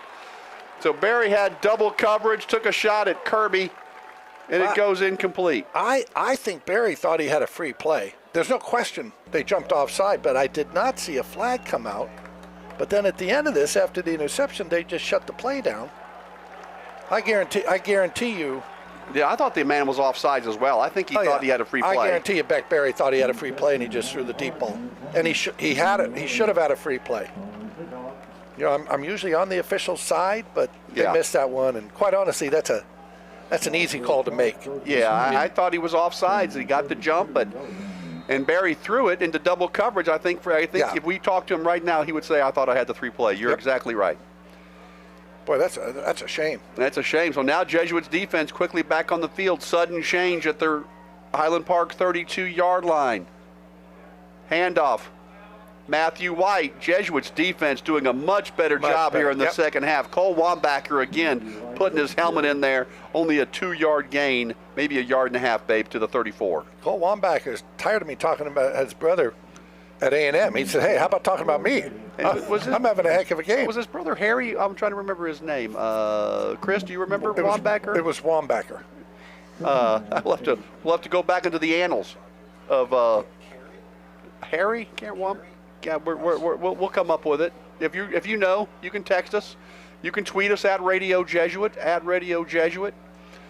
or it's on X as they call it. 2nd down 8 from the 34-yard line. Jesuit showing blitz from the left side. Norman. Ball's thrown over the middle, incomplete, no flag.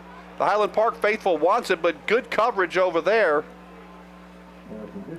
That was number 24, Jack Beret, that was on the coverage, and now it's 3rd and 8 again. Yeah, I don't know how to tell you this, Tom, but the Jesuit defense... that was Randall's 4th incomplete. This quarter, he had 4 incompletions in the entire first half. Yeah, they turned it up on defense a little bit. 3rd down 8. Now Gabriel James goes all the way back. The linebacker, look how far back they have their Gabriel James here, number 8. What do you call this coverage, babe? What would you say? They're going to go? Well, right now they're showing like a 2-deep look with 2 safeties, but 3rd down and 8. Speaking of number 2, just cover number 2, Cannon Bozeman. They're going to squeeze wide open on the left side. No one out there with the back. Down the left sideline, no one picked him up. That was a busted coverage all the way. A back comes out of the backfield. No one goes with him. Easy pitch and catch. 1st down all the way down to the Jesuit 42-yard line. Yeah, good design there by Highland Park there. They come back. Buck Randall kind of just pumps over the middle. He knows all the time he's going to the swing route going left. And he pumps down the middle, and he's got a wide open back there. We asked the question, Fran Winnicates. Another friend of ours, Chuck Winnicates, longtime Jesuit supporters. Their son Charlie went to Jesuit, graduated a couple years ago. She says it was Grayson Wambacher. She gave us the first name. And there is a nice carry by Buck Randall down to the Jesuit 32-yard line. Tanner Krug made the tackle to the 33. Now you get Coach Hickman on the post game, correct? We usually do, yes. We'll see if we can get it tonight. Ask him about that penalty that did not get called. Yeah. Again, I think Beck Berry thought, I got a free play here. One thing is you always want to kind of look and make sure you look right or left. Buck Randall, late pitch. Nice job by Jesuit to string it out. It'll be enough for a 1st down still, but really a nice job by Gabriel James there to stay with it. Bob Wunderlich listening tonight, enjoying the broadcast. Coach Wunderlich. Oh, yes. Hello, Bob. Yes, a good man. He's enjoying it. Kara Guillen, one of our longtime listeners, also chiming in with Grayson Wambacher. Brian Montgomery, now living in upstate New York, says to tell the Babe Bloffenberg and Chris Martinez hello. He's enjoying the broadcast. Kevin Marino also listening. Lots of people letting us know they're out there. So 1st and 10 at the Jesuit 31. Here comes a Jesuit rush down the left side, and it's incomplete. Again, he got behind the defender. A throw that was just a little bit too much, and he was looking for Harrison Cullum. It'll be 2nd and 10. You know what Harrison Cullum needed right there? Little lacrosse stick. The lacrosse stick to go up as a midi, right? Midi, you go up and get that thing up. You just about 2 feet over his head there. But a lacrosse stick would have done the job. Now maybe that's a new sport that you could invent, right? I mean, you play kind of football with a lacrosse stick. Jesuit alumni director Sean McMullen says Grayson, Ryan, and Austin Wambacher are the Wambacher boys. So a little pitch now to the right side. There was a hold, I thought, that did not get called. Inside the 30 to about the 28-yard line. Cole Wambacher made that tackle, but I thought there was a hold there, babe. What did you see? Let's see if we see that up on the... We have the coach's box down the... They certainly thought it was. They thought it was a hold. That'll bring up another 3rd and long. You know, Highland Park did not have many 3rd and longs in the first half. It's 28-14 Highland Park if you're just joining us. But they're on the move. They're in Jesuit territory at the 28-yard line. Has Highland Park had a penalty called on them tonight other than a personal foul, Chris? They've had three penalties. They had a 15-yarder earlier, or just the second half kickoff. And they had one personal foul. Timeout Highland Park. They want to talk about it from the 28-yard line. If you're just joining us, Tom Walsh, the great Babe Laufenberg, 29 years as the Dallas Cowboys radio analyst. You know, in most circles, that would be the longest tenured broadcaster, but you're doing it with a guy named Brad Sham, who's, I think, is in his 42nd year. What number year? We're over 40 with Brad. Over 40, yeah. It was interesting because Merrill Reese, who is the play-by-play guy for the Philadelphia Eagles, where we just were, and their booth was right next to ours. Merrill's a great guy. Comes over, does our pregame show. We always chat with him. And anyway, he's the only broadcaster in the NFL that has been doing it longer than Brad. And Merrill's 80-something. Wow. Well, let me tell you that when I was growing up in Waco, Texas, Sports Central with Brad Sham at 6 o'clock was daily listening for me. I used to love listening to Brad Sham, KRLD 1080 back in Waco. We got a good signal down there. And when I was about 11 or 12, I wrote a letter to Brad Sham, and he invited me to come in and spend an hour or two at his watching his radio show, and it was one of the greatest things that a young man could experience. And now here you are doing games with him for almost 30 years. Ball is going to be thrown out of bounds. Great coverage by Jesuit again. So now 4th and 8 from the Ranger 28. I got to tell you, so there were some adjustments that were made by the Jesuit defense coming into the second half that have been pretty impressive. Doing a much better job here. Now 4th and 8, are they going to, I mean, that would be about a 45-yard field goal effort here from the right hash. Looks like they're going to go for it. But yeah, so you came up, he offered you to come up for an hour. He offered me to come up to go to Sports Central. My dad was a lawyer, had something come up where it was going to be difficult. He dropped me off a few hours early at the 1080. They called Brad Sham. He came out. I spent the afternoon with him. It was one of the greatest days. Awesome. There's a snap on 4th down. Here comes the Jesuit rush. Thrown, caught. Can they bring him down before the sticks? They do. I think he's short. It'll depend on the spot.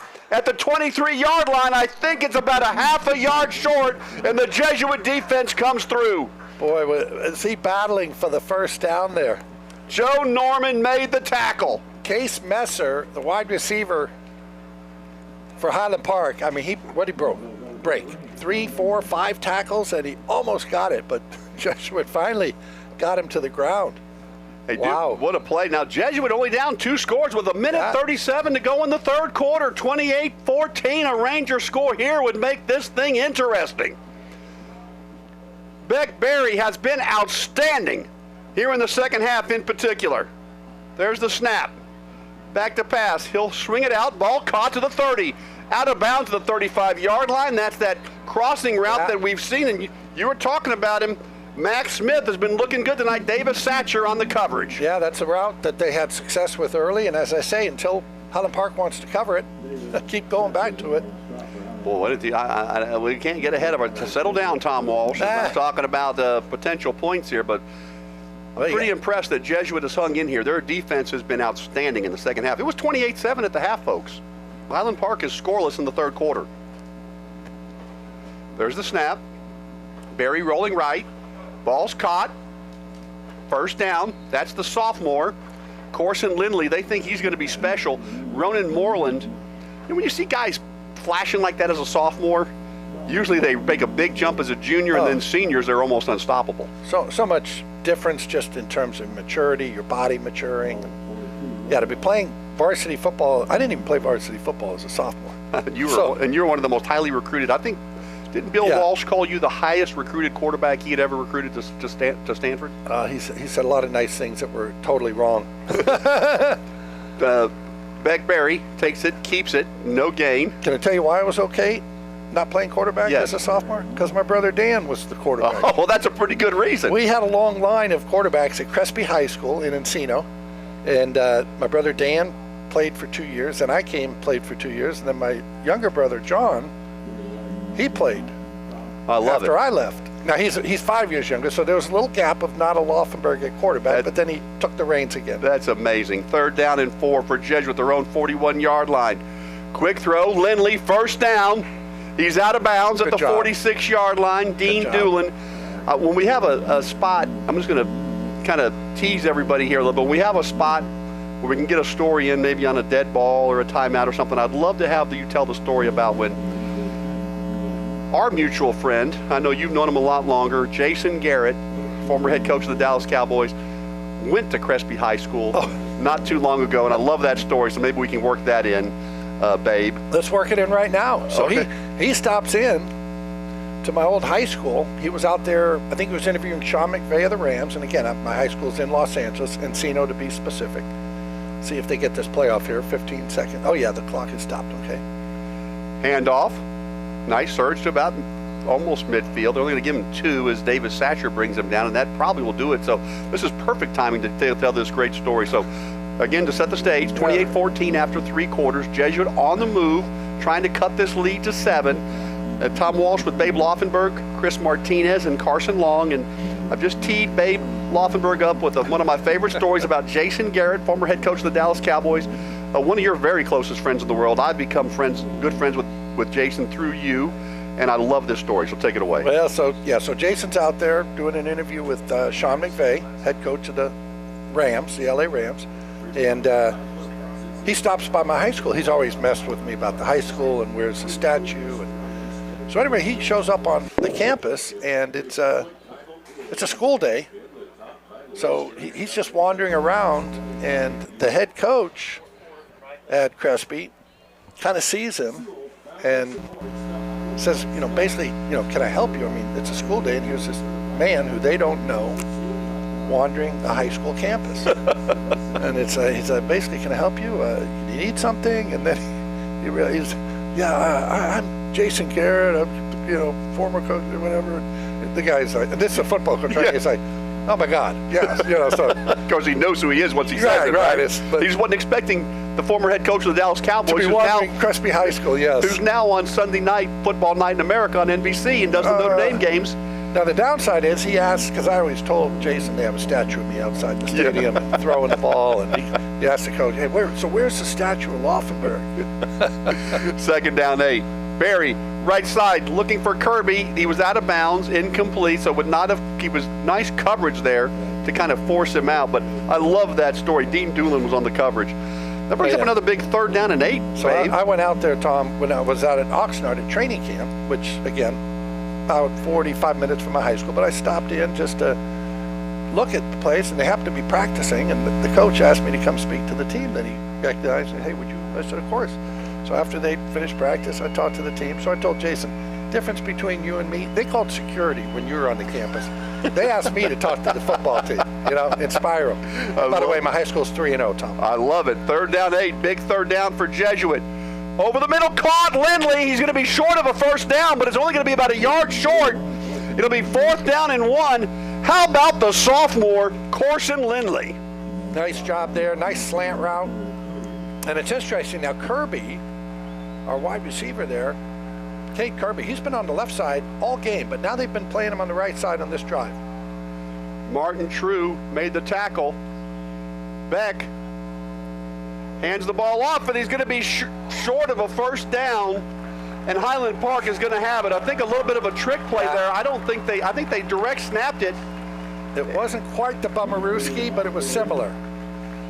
And he did not get to the 1st down sticks, and Highland Park's defense holds. What a huge play. It was 28-14. Jesuit was threatening to make this a 1-score game, but he was short. Yeah, Buck Berry was did a reverse pivot and then going right, like he had the ball, and he handed a little underneath there to Judson Harris, and boy, he was fighting. Harris was fighting for that 1st down, but didn't quite get there.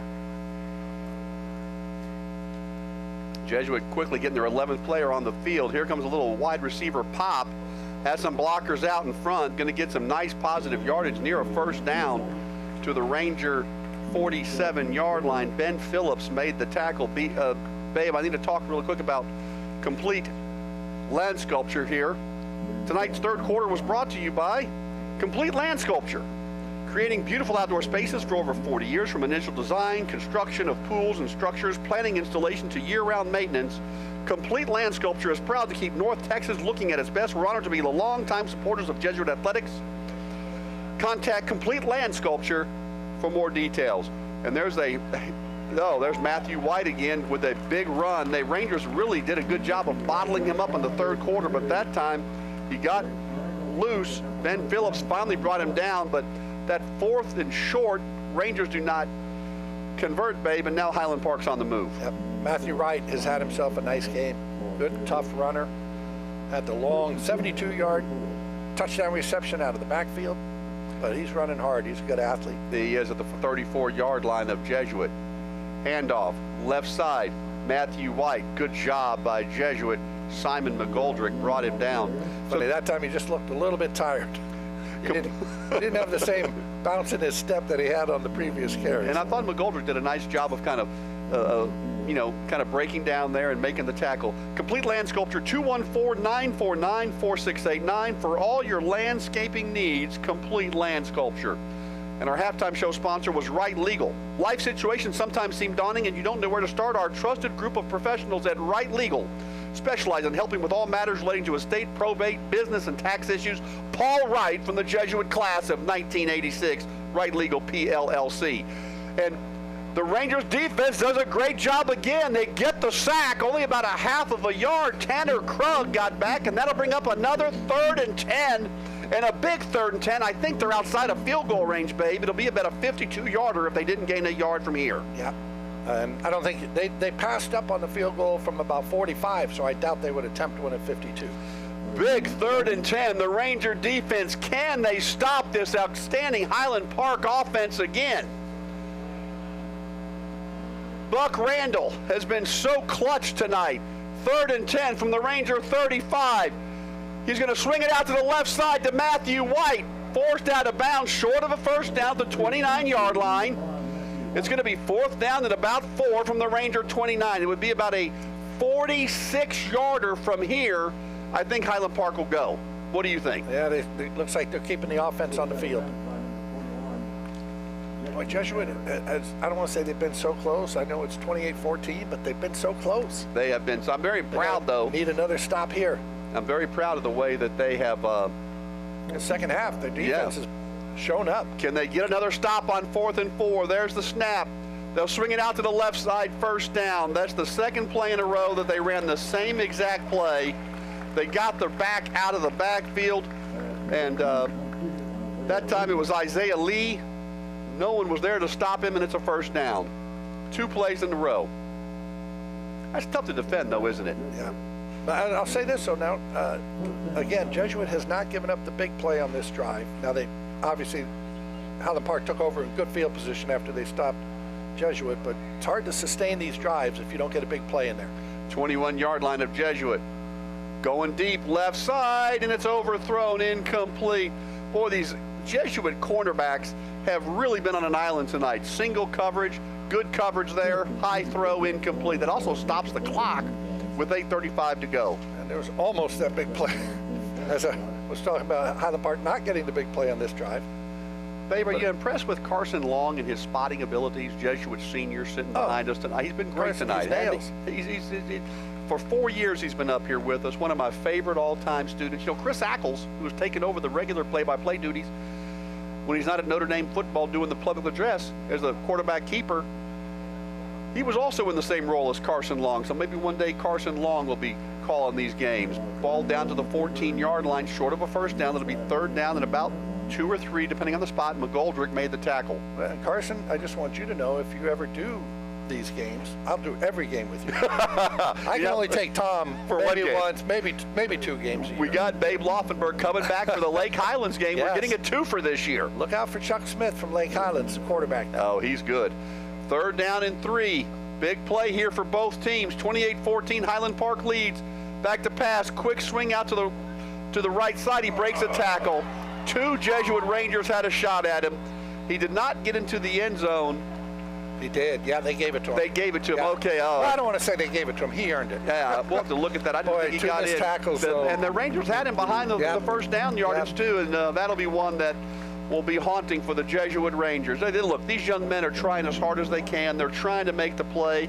Remember, the Highland Park players trying to make a move, and he made a good one.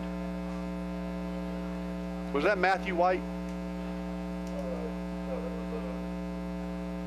Homestead. Okay, he was on the far side of the field. Did not have a great look at Charlie it. Homestead. Charlie Homestead, Yeah. but And it's funny because, again, Jesuit came at him kind of single file. You know, one missed and then another yeah, missed. they both had a shot. You want to make that cone where you put him to your inside shoulder, I put him to my inside shoulder, and you just close that thing down. They have not changed the scoreboard to 34-14 yet, but they did make the signal. Yep. Did you see anybody see the replay on that? Did it look, I mean, the official was right there. I'm sure he got Yeah, in. I did not, but I was looking at the far official, and he signaled, Yeah, I don't want to say immediately. I but thought he was just a little short, but that official was only about 150 yards closer than me. And you know what else? He's not wearing glasses, Tom. Yeah. Hey, I'm wearing the glasses tonight. I find that it makes it easier than my contacts to see the numbers. Hey, it's funny, too, because I was talking about the officials, and they have a tough job. They do, at any level. But more so probably at the lower levels, because all the parents, you can hear them, and they all know the game better than the officials, right? Whether it's basketball. Right. They can call balls and strikes from the outfield. Right. Or like for me from the But I press have had a box. couple instances where Howard Slavin, being what a great guy, an attorney in L.A., but he came up to me. He was an NFL official, and he said, "Babe, I did some of your games in high school." He did. Yeah. As the extra point is up, and it's good, 35-14. Babe, that'll give us a chance to talk about our scoring drive sponsor. Once again, Vanguard Auto Group. Scoring summary sponsored by Vanguard Auto Group. Vanguard Auto Group is proud to stand behind Jesuit Athletics with GMC, Kia, and Ford dealerships in the DFW Metroplex and surrounding areas. We're here to be your hometown dealer. Visit VanguardAutoGroup.com and schedule your test drive today.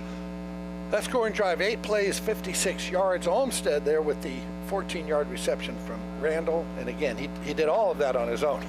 Randall got him the ball out there at about the 15, and he broke 2 tackles and got himself into the end zone. He did a great job. I know you like to talk about who's listening, Tom, Yes. so I have to tell you that Rob Schickley, the great Rob Schickley, is listening.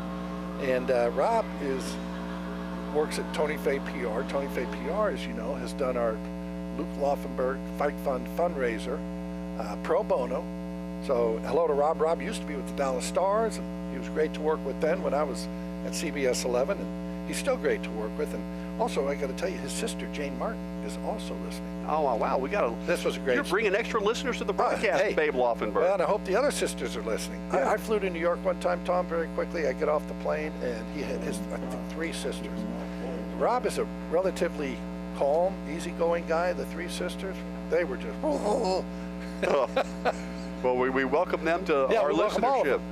That kick is going to go out of bounds, so Jesuit's going to get good field position. Any sister of Rob Schickley is a friend of mine. Absolutely. You know, Kevin Brophy, shout out, defensive tackle from the 1990 team, being shouted out on X or Twitter. I still call it Twitter.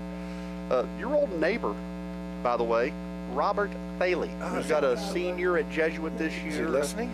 He is listening, and he lived right next to Babe Laufenberg on Oak Meadow Drive in Plano. I think he was at like 3811. You remember what your number was? Well, I can tell you now because I don't live You there. don't live there. 3904. 3904. Oak Meadow Drive. Yes. And, I'll be honest.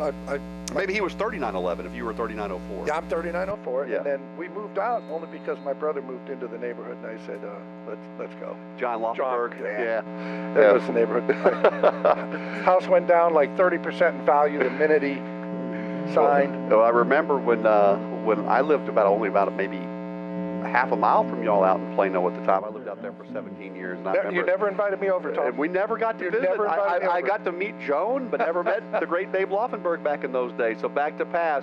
Ball thrown. It's intercepted. Oh, my. He was looking for Koenigs, and what a play by Highland Park's number 20, Ronan Moreland. Diving catch.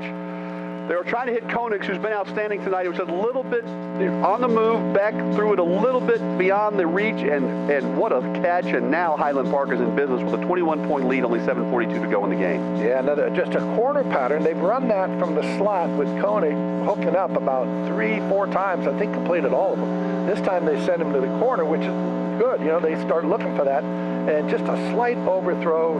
And as you said, Ronan Moreland, who Joe Willie Laufenberg, again, worked with. I knew Ronan when he was like 10 years old. It's so funny seeing these kids. You tell Joe Willie that probably some technique that he taught Ronan to make that play. That was an outstanding interception. I mean, that was not an easy catch. He laid out. He laid out for sure. Handoff. Jesuit stands him up. Gabriel James has him. Short gain to about the 47-yard line. Pickup of 2. Tom Walsh, Babe Laufenberg, Chris Martinez, and Carson Long. This is year 4 for Carson Long with the program on the radio.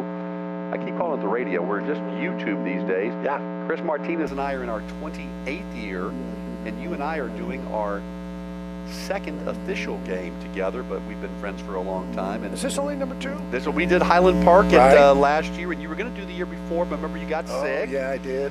And then The halftime. you were appearance halftime. doesn't count. That doesn't count. Yeah, you did a couple halftime guests for us. We should count those. 2nd down 8 from the Ranger 47-yard line. High snap, handoff, left side, breaking 2 tackles. Oh man, the Rangers had a couple of shots at him, and now he's going to be inside the 30-yard line. Isaiah Lee, Tanner Krug made the tackle, but a penalty is down, and it's an illegal block in the back. Perhaps that's why he was able to get around the corner, and that's coming back.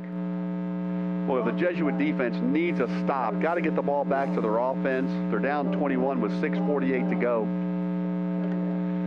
Yeah, this is one of those games. Coach Hickman's going to look at the film with the team, and they're going to show them just how close they were on all these different things.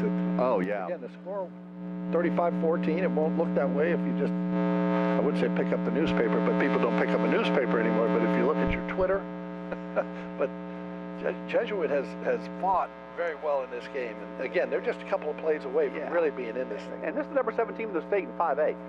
Isaiah Lee gets the handoff, and he is taken down. Good shoestring tackle by Norman. So it's going to be 3rd down and very long. 6:24 clock is running. I want to mention Wright Legal PLLC.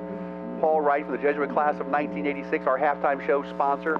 Sometimes life seems daunting. You don't know where to start, but our trusted group of professionals at Wright Legal specialize in helping with all matters relating to estate, probate, business, and tax issues. Wright Legal, Paul Wright, Jesuit class of 86. He's been sponsoring us for as long as I can remember. One of the all-time great Jesuit Rangers. 3rd down, 18 to go. There's the snap. Back to pass. They'll swing it out to the right side. There's no one there again. There's no one there picking him up out of the backfield to the 30. Shoestring tackle at the 20, the 18. That's the 3rd time tonight as Ben Phillips saves the touchdown that Jesuit has had no one pick up the back out of the backfield. Another busted coverage. Yeah. On 3rd and 18. Boy, that hurts, doesn't it? 39 yards on the pickup. I mean, you get them right where you want it. 3rd and 18. And it's just a swing pass. They gave up the touchdown on the 3rd and 19. It's just a swing pass. We'll have to clean that up. Handoff, left side. Jesuit strings it out. Matthew White will get to about the 15-yard line and get taken down. But that's just so demoralizing. Ben Phillips makes the tackle. Ben Phillips saved the touchdown. Yeah, Great sure effort did. by him. But that's so demoralizing when you put him in a tough situation. You played so well. You played so hard. And then someone just doesn't. I don't know who it was. Obviously, if I did, I wouldn't say who it was. They're only high school kids doing their best. But, you know, no one picked him up. Well, Buck Randall, only 16 completions today, but for 345 yards. Wow. And how many of those were after, were yards after the catch, Chris?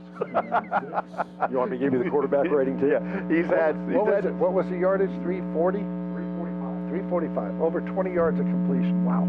4:34 to go in the game. Randall, under pressure, is hit. And Johnson, again, hits him behind the line of scrimmage. He'll get a yard out of it instead of a sack. But Cole Johnson's really flashed tonight on tape, hasn't he? I mean, he's looked good. Well, they've made a lot of plays. They've just given up those big plays, and especially the 3rd down. That's a killer. Let's watch for the back out of the backfield here on 3rd and 4. Someone's got to pick up the back out of the backfield. That little swing pass has been a killer tonight. Clock running. They'll still milk the clock. It's 4 minutes to go in the game. 35-14 is your score. Tom Walsh, Babe Laufenberg, Chris Martinez, Carson Long. Trey Bell doing a great job from Tradio tonight. As always, there's a late pitch. Isaiah Lee will get a 1st down and more. He goes into the end zone to make it 41-14. Late pitch, but a good time to pitch by Buck Randall. And Isaiah Lee goes in for the touchdown. It makes it 41-14. And as you say, Babe, it's going to look like a thumping tonight. And on the scoreboard, it would be. But as you said, I think there's going to be a lot of positives they can take from tonight, right? There's just a couple of plays, a 3rd and 19 for the touchdown, that last 3rd and 18, a couple things to clean up, and this is a lot closer ball game. Yeah.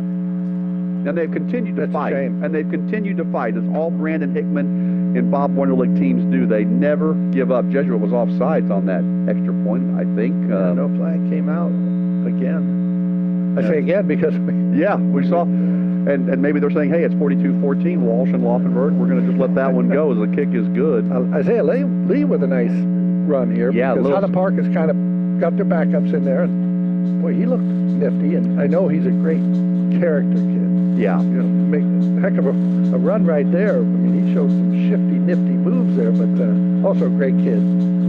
Babe, if I could... Most kids are great kids, so I must say that. You want to do the honor? I bet you were incorrigible, weren't you? Were you? Was incorrigible the word? It might have been a word. Yeah, it was a word, yeah. You want to do the scoring summary? Yeah, we're going to do the Vanguard scoring summary. This scoring summary is sponsored by Vanguard Auto Group. Vanguard Auto Group is proud to stand behind Jesuit Athletics with GMC, Kia, and Ford dealerships in the DFW Metroplex and surrounding areas. We're here to be your hometown dealer. Visit VanguardAutoGroup.com. Schedule your test drive today, and by the way, go Rangers. That drive, 5 plays, 49 yards, took 4 minutes, and again, Isaiah Lee with the 12-yard touchdown run. It's his first touchdown of the year. Very nice. Well, nice job by Isaiah Lee. Hey, like that, you're going to run for a few more touchdowns. Our fourth quarter sponsor is Rockmore Roofing Solutions. From the kickoff to the final whistle, Rockmore Roofing has you covered, proudly serving our neighbors and supporting Jesuit Ranger football. High kick, taken at the 20-yard line, coming to the center of the field, trying to get a block, gets one, has a seam up to about the 27-yard line. Boy, we had a good view of that hole that was opening up, but it quickly closed. And now at 42-14, the Jesuit Rangers would like to go down and punch in another score and cut this deficit. It was 28-14 into the fourth quarter, with Jesuit at 4th down and short at about the 46-yard line of Highland Park. They were not able to convert. Highland Park has now scored their last 2 times with the ball. And we got a new quarterback in for us now for Jesuit. J.P. Livingston, and let me tell you a nice deal about J.P. here in a moment. He's 6'3", he's only a sophomore, and he'll keep it on a quarterback run around the corner. Here comes a late flag. He'll get 15 more yards as he was tackled well out of bounds. J.P. Livingston, his dad is the offensive coordinator, so he's well coached. He's got the size. He looks the part. If you're going to go to Central Casting, just like you did, babe, you're 6'4". You look like the quarterback. Well, I think J.P.'s got that same Central Casting look, but his first cousin is one of the star receivers for the University of Texas. Oh, yes, We're going to see him tomorrow. Yes, we are. And he caught the touchdown against Ohio State, almost made another outstanding circus catch on 4th down against Ohio State. I think he had 2 touchdowns last week against San Jose. Yeah, I've been watching, when I watch UT games, I don't watch them all the way through. I did watch most of that Ohio State game, but all of a sudden this Livingston, all of a sudden, okay, this kid's a little something to him. That's his first cousin. So we go to the 45-yard line. Livingston getting some good experience. This is one of the things that I think Brandon Hickman does so well. He gets those young quarterbacks in because this is the quarterback of the future. This is going to be our guy next year. Well, and you got to get reps. You can practice all you want, look at all the film you want, but you got to get out there and play. He's looking deep, right side, incomplete. He had it there. Receiver couldn't bring it in. Caden Profit was the intended receiver. He was looking over his left shoulder. It kind of went over his right shoulder, but that ball was well delivered. Beautiful ball. Beautiful ball. Really nice touch. You throw that deep ball, and it's funny because you can't sit there like an out route. You can say, okay, put it 2 yards from the sideline, blah, blah, blah. That deep ball, you just have to have a touch for it. Now, you don't want to get it up in the air too high, and you don't want to line drive it, and that was about as good as it gets. 3rd down and 2. Little delayed handoff. And well defended by Highland Park for a loss. So it's going to be 4th down now and about 5 from the 48-yard line. No reason not to go for it here, right? Yep. Yeah. I agree. Charles Flint. Hey, now, excuse me. When I said you don't want it too high? If you watch the Cowboys game on Sunday, Russell Wilson will throw the ball, the deep ball. I mean, it brings rain. He throws that. It's almost like a lob, right? Higher than anybody I've ever seen. Yeah, like basketball lob. It's exactly right. All right. But he's good at it. Big fourth down. They'll call it 4 officially from the 48-yard line. Yeah, very good. I remember when he kind of burst on the scene in Seattle. You were up there for that game. Another illegal procedure against Jesuit. So now 4th and 4 becomes 4th and 9. You got a lot of backups in the game right now, babe. Everyone getting some reps. 2:08 to go in the ball game. It's 42-14 Highland Park.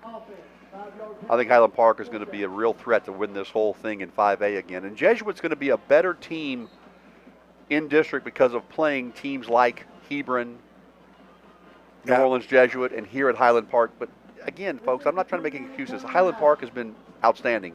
But Jesuit has just been a couple of plays going their way, cleaning some things up that this thing, it was 28-14 well into the fourth quarter, and Jesuit was driving with a chance to make it a one-score game.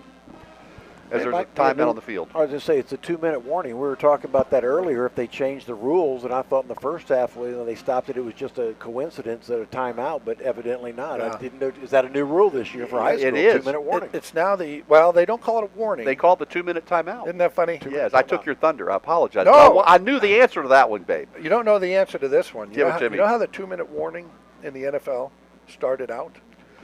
I believe it was a game where, no, I have no idea. Okay. So the 2-minute warning, the genesis of that is the clock now is kept in the stadium. The official clock is the stadium clock. At that time, here, we'll go to this 4th down play, and we'll get back to this. 4th and 9, Livingston under pressure, steps up, has some room to run. He's got a lot of room to run. He's got a first down, and he will slide at the 36-yard line. Great pressure there great scramble there by the sophomore. Yeah, and good job of just getting down at the end of it. I know we all want to prove how tough we are. And he's 6'3". He could probably deliver a hit on his own, but he was smart. Was smart. Yeah, just get down, get your yards, and get down. Now, if you're fighting for the first down, yes, put your head down and get it. But right there, good move by him. Let's get this play in, and then we'll get back to the story, because I want to hear the answer to this 2-minute warning. I think I know what you're going to say, because you did such a great job of setting it up. Livingston rolling right. He will fire it, and it's picked off at the 28-yard line. So Highland Park gets another pick. James Flowers brought it in. So with 1:24 to go, I think Highland Park will take the knee here in victory formation. But go ahead, babe, on telling us about the 2-minute timeout, 2-minute warning in the NFL. So the officials on the field kept the official time. So they had to go to the benches at the end. They wanted to know how much time's left in the game. You didn't have the stadium clock as the official clock. So they would go over at 2 minutes. They called the timeout, and they'd go to each bench and say, okay, there's 2 minutes left in the game. Well, then TV came along, and they found out, boy, this automatic 2-minute commercial time at the end of a game when everybody's watching, and let's keep that thing in. So that's how I wonder how they pick 2 as opposed to 3 or 5, you know? And here comes the victory formation. The best formation in sports if your team is leading. I want to get back to the interception there very quickly by J.P. Livingston there. Yeah. Like I said, you got to play. It wasn't a great throw, decision, whatever you want to call it, but you get out there for the first time, you got to play. We saw it with Arch Manning, right, going to Ohio State. And I know he played a couple games last year, but all of a sudden, everybody expected him to be this, Heisman Trophy winner from day one. And he's going to be great. The Cowboys are already supposed to take their 2 first-rounders from the Micah Parsons trade to go get Arch Manning, right? People are talking about that. But then you saw them, if you watched the Minnesota game, the Vikings game on Monday night. Yes. J.J. McCarthy couldn't have looked more inept and whatever you want to call it. I mean, it was just 3 and out. He looked terrible. But then he got playing, he comes back and leads them to victory. So you got to get out there and play. The only way you get better, honestly, is making mistakes. And if you play that position, you're going to make mistakes. And then the whole thing is, are you going to just keep cutting them down? So I wouldn't be discouraged at all if I were him. The final score tonight, with 18 seconds left on the clock, is 42-14. Jesuit falls to Highland Park. We'll have the Mosley Dental Group post-game show. Mosley Dental Group, guess where I was on Wednesday morning at 8 a.m.? I was sitting in the chair. If I were to say Mosley Dental Group, that's exactly right. I was there with Dr. Mosley. He's a Jesuit graduate. At Mosley Dental Group, we provide advanced dental solutions and personal attention to our patient family. We promise you will never feel like an anonymous number on a chart. Instead, we'll greet you warmly by name and look forward to your visits as time spent with a friend. I was there. Tom Walsh. I was sitting in the chair. Rachel, my technician, who always does such a great job with the teeth cleaning. Then I went over and Dr. Mosley came in and checked out my x-rays, told me I needed to go to a specialist, and says I got a little bit of an infection there from when I was a young boy. I was run over by a car, babe. And Are you kidding? I had some trauma, and he said, hey, well, I'm going to get that Getting run checked over out. by a car usually will produce Yeah, trauma. it did, but I had to get when I was like, a really young boy, like 9, I had to get a root canal, and I think there's some issues with it. But Dr. Mosley taking great care of me, sending me now to a specialist. But Mosley Dental Group, our new post-game show sponsor, of course it was for many years, Tim W. Robinson, DDS, and Dr. Mosley has taken over from Dr. Robinson, who graduated from the Jesuit class of 1976. And like I said, Dr. Mosley, also a Jesuit graduate, great guy, and I would encourage you to go over. He's located just south of 635 on Hillcrest Road. Well, as we begin the Mosley Dental Group post-game show, babe, we're the Jesuit broadcasters. Again, we're looking good in our Jesuit Under Armour shirts up here, Jesuit football. I'm encouraged by what I saw in the second half. It was 28-7 at the half, all Highland Park. They had some big plays. Jesuit had the ball for 16 minutes in the first half to Highland Park's like 7.5 minutes. And what we saw in the second half was the Jesuit defense shut out Highland Park in the third quarter. The Jesuit offense got a lot of things going. We saw Beck Berry, the senior quarterback, making some nice runs. We saw, I think, some good schemes, and we just saw a couple of plays that if they can clean up, I think this is a much closer ball game. Yeah, Coach Brandon Hickman is out there basically at midfield, got the team all on a knee, and he's talking to them. And I guarantee you, Tom, you just gave the speech that he's giving to the team right now. Yeah. That hey, we were close. We just got to clean up a few things. I will say this: they've got a bye coming up, right? And then they play Irving. But as we know, coaches look at tape, and they better correct that little swing pass out in the front. That swing pass in the backfield, that was a killer tonight. Yeah, they were setting up 3 receivers, clearing out, just sending them deep, clearing out that area, and then swinging the back, and nobody was there to pick it up. So that's something that, again, they play Irving in 2 weeks. You don't think that'll be in the first 5 plays? From Irving. It'll be in there. Yeah. So they're going to say, hey, if you guys really cleaned it up. But I know that Coach Hickman and his staff will work on that, and that won't happen again. Yeah, the Jesuits got an outstanding defensive coordinator. Coach Don Woods, longtime defensive coordinator here for Highland Park on a state championship team, at least one, maybe 2. I know for sure one. He was named the top assistant coach in the nation one of the years that Highland Park won the state championship. Jesuits very lucky to have him. He'll make some good instructions on, Rick Leal, sitting up here in the booth, who was an All-American for the Bobcats of Southwest Texas State. They've got a lot of great defensive minds. They'll clean that up. And again, yes, Jesuit wanted to win this game. Highland Park is a big game, right? They're a perennial state power. But it means nothing. Every goal that Jesuit wanted to accomplish this year is still in front of them. And the number 1 goal, babe, starts with Irving, because that's when district play begins. Yeah, and you talked about Coach Hickman's schedule's tough non-district games, and I think there is value to that, and I also think there's value to winning. Yes. Getting out and playing teams that I don't want to say you're just going to beat up on, but be a little maybe more competitive with. But I always remember Bill Parcells. Matter of fact, I watched his show many years ago, before he came to the Cowboys, but after he'd finished up with the Giants. And he said in the preseason, back in the days when they played 4 games, he said, I always wanted to go 2-2 in the preseason. I wanted to win enough so they got the taste of winning, but I also wanted to lose so that I could really ride them and get on them. And, of course, then when he got here to Dallas, I talked about that, and he said, why wouldn't you want to win every game? And I said, well, I watched your show, Coach, and at the time you said you wanted to go 2-2. So... Well, that was Kyle Harriman just called up, the Jesuit athletic director, great athletic director here. We're so proud and pleased to have him.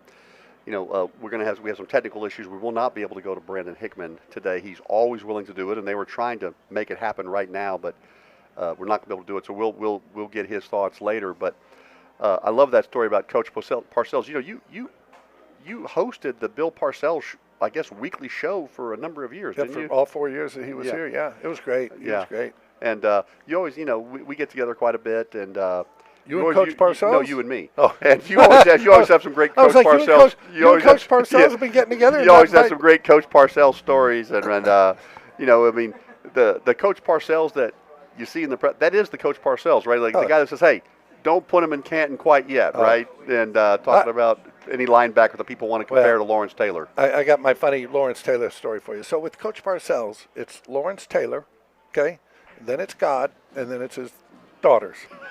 And I always say, and I may be wrong on that order. It might be God, and then, it might be Lawrence Taylor, then the daughters, then God. But Lawrence Taylor is at the top of his list. Of list. But so the one time I'm up in New York, and Micah Parsons, I think it was his rookie year, maybe it was second year, and I called him. They're playing New York that night. It was like a Monday or Sunday night game, and I just picked up the phone, called him, started talking, and I know his love for Lawrence Taylor.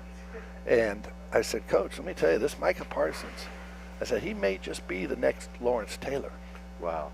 And he said, yeah, go down to the bus stop. There's a whole bunch of next Lawrence Taylors sitting there. Go talk to one of them. So it was just, I knew as soon as you mentioned, I love it. I love that story. Hey, real quick, this is the Mosley Dental Group post-game show. Chris, you want to give us some final stats?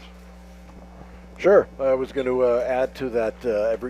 Everybody in the stands is a better coach or a better referee than the people down there. Play caller. We got two.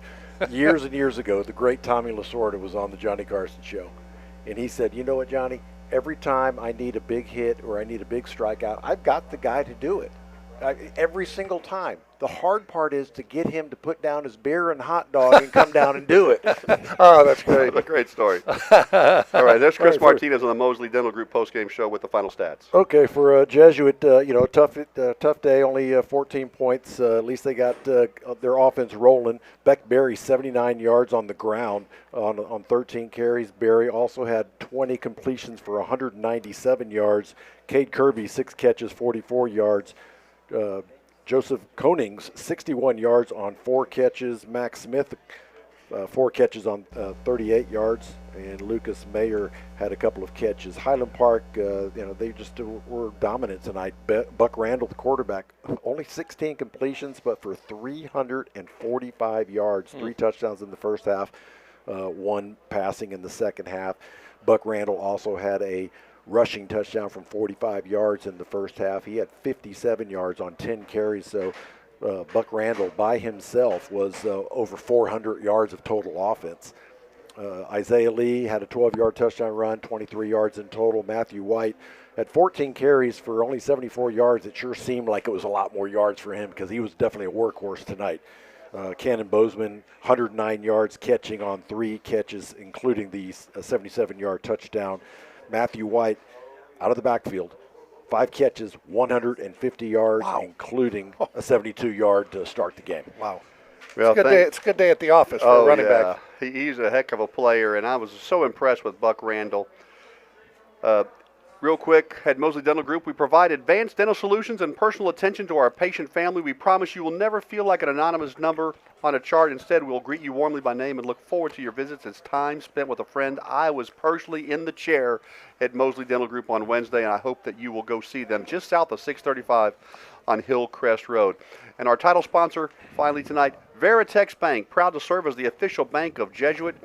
We share a strong commitment to serving the community and making a difference in the lives of others. Learn how our shared values make Veritex Bank and Jesuit a winning team at www.veritexbank.com, member FDIC. So final thoughts. First of all, my final thoughts are, as it's 42-14, Jesuit falls to the Highland Park Scots tonight, the number 7 ranked team in the state.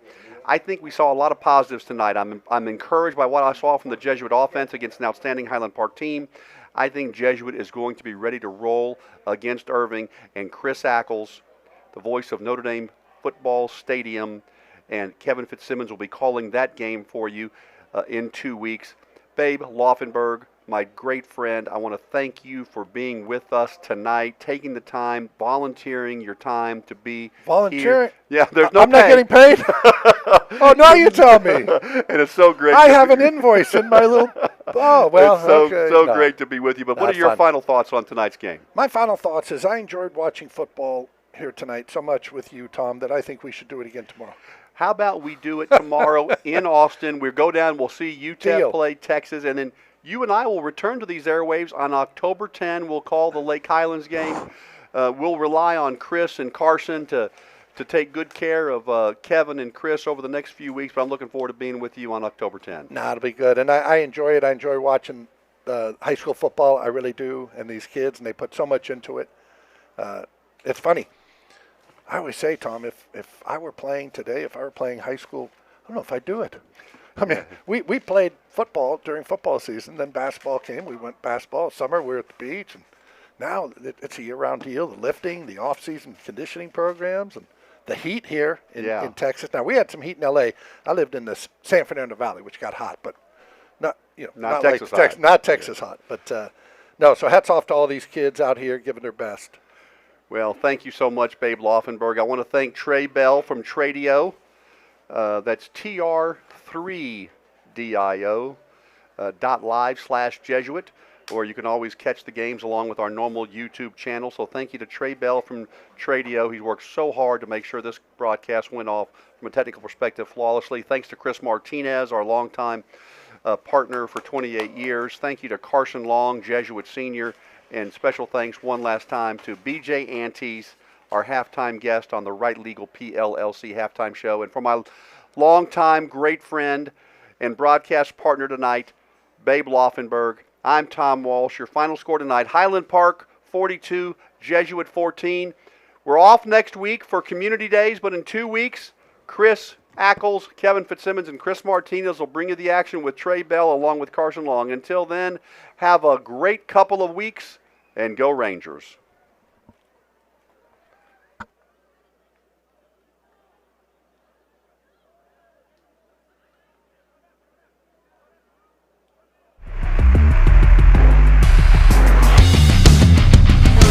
Nice job. Ball done is picked off at the 10, the 5,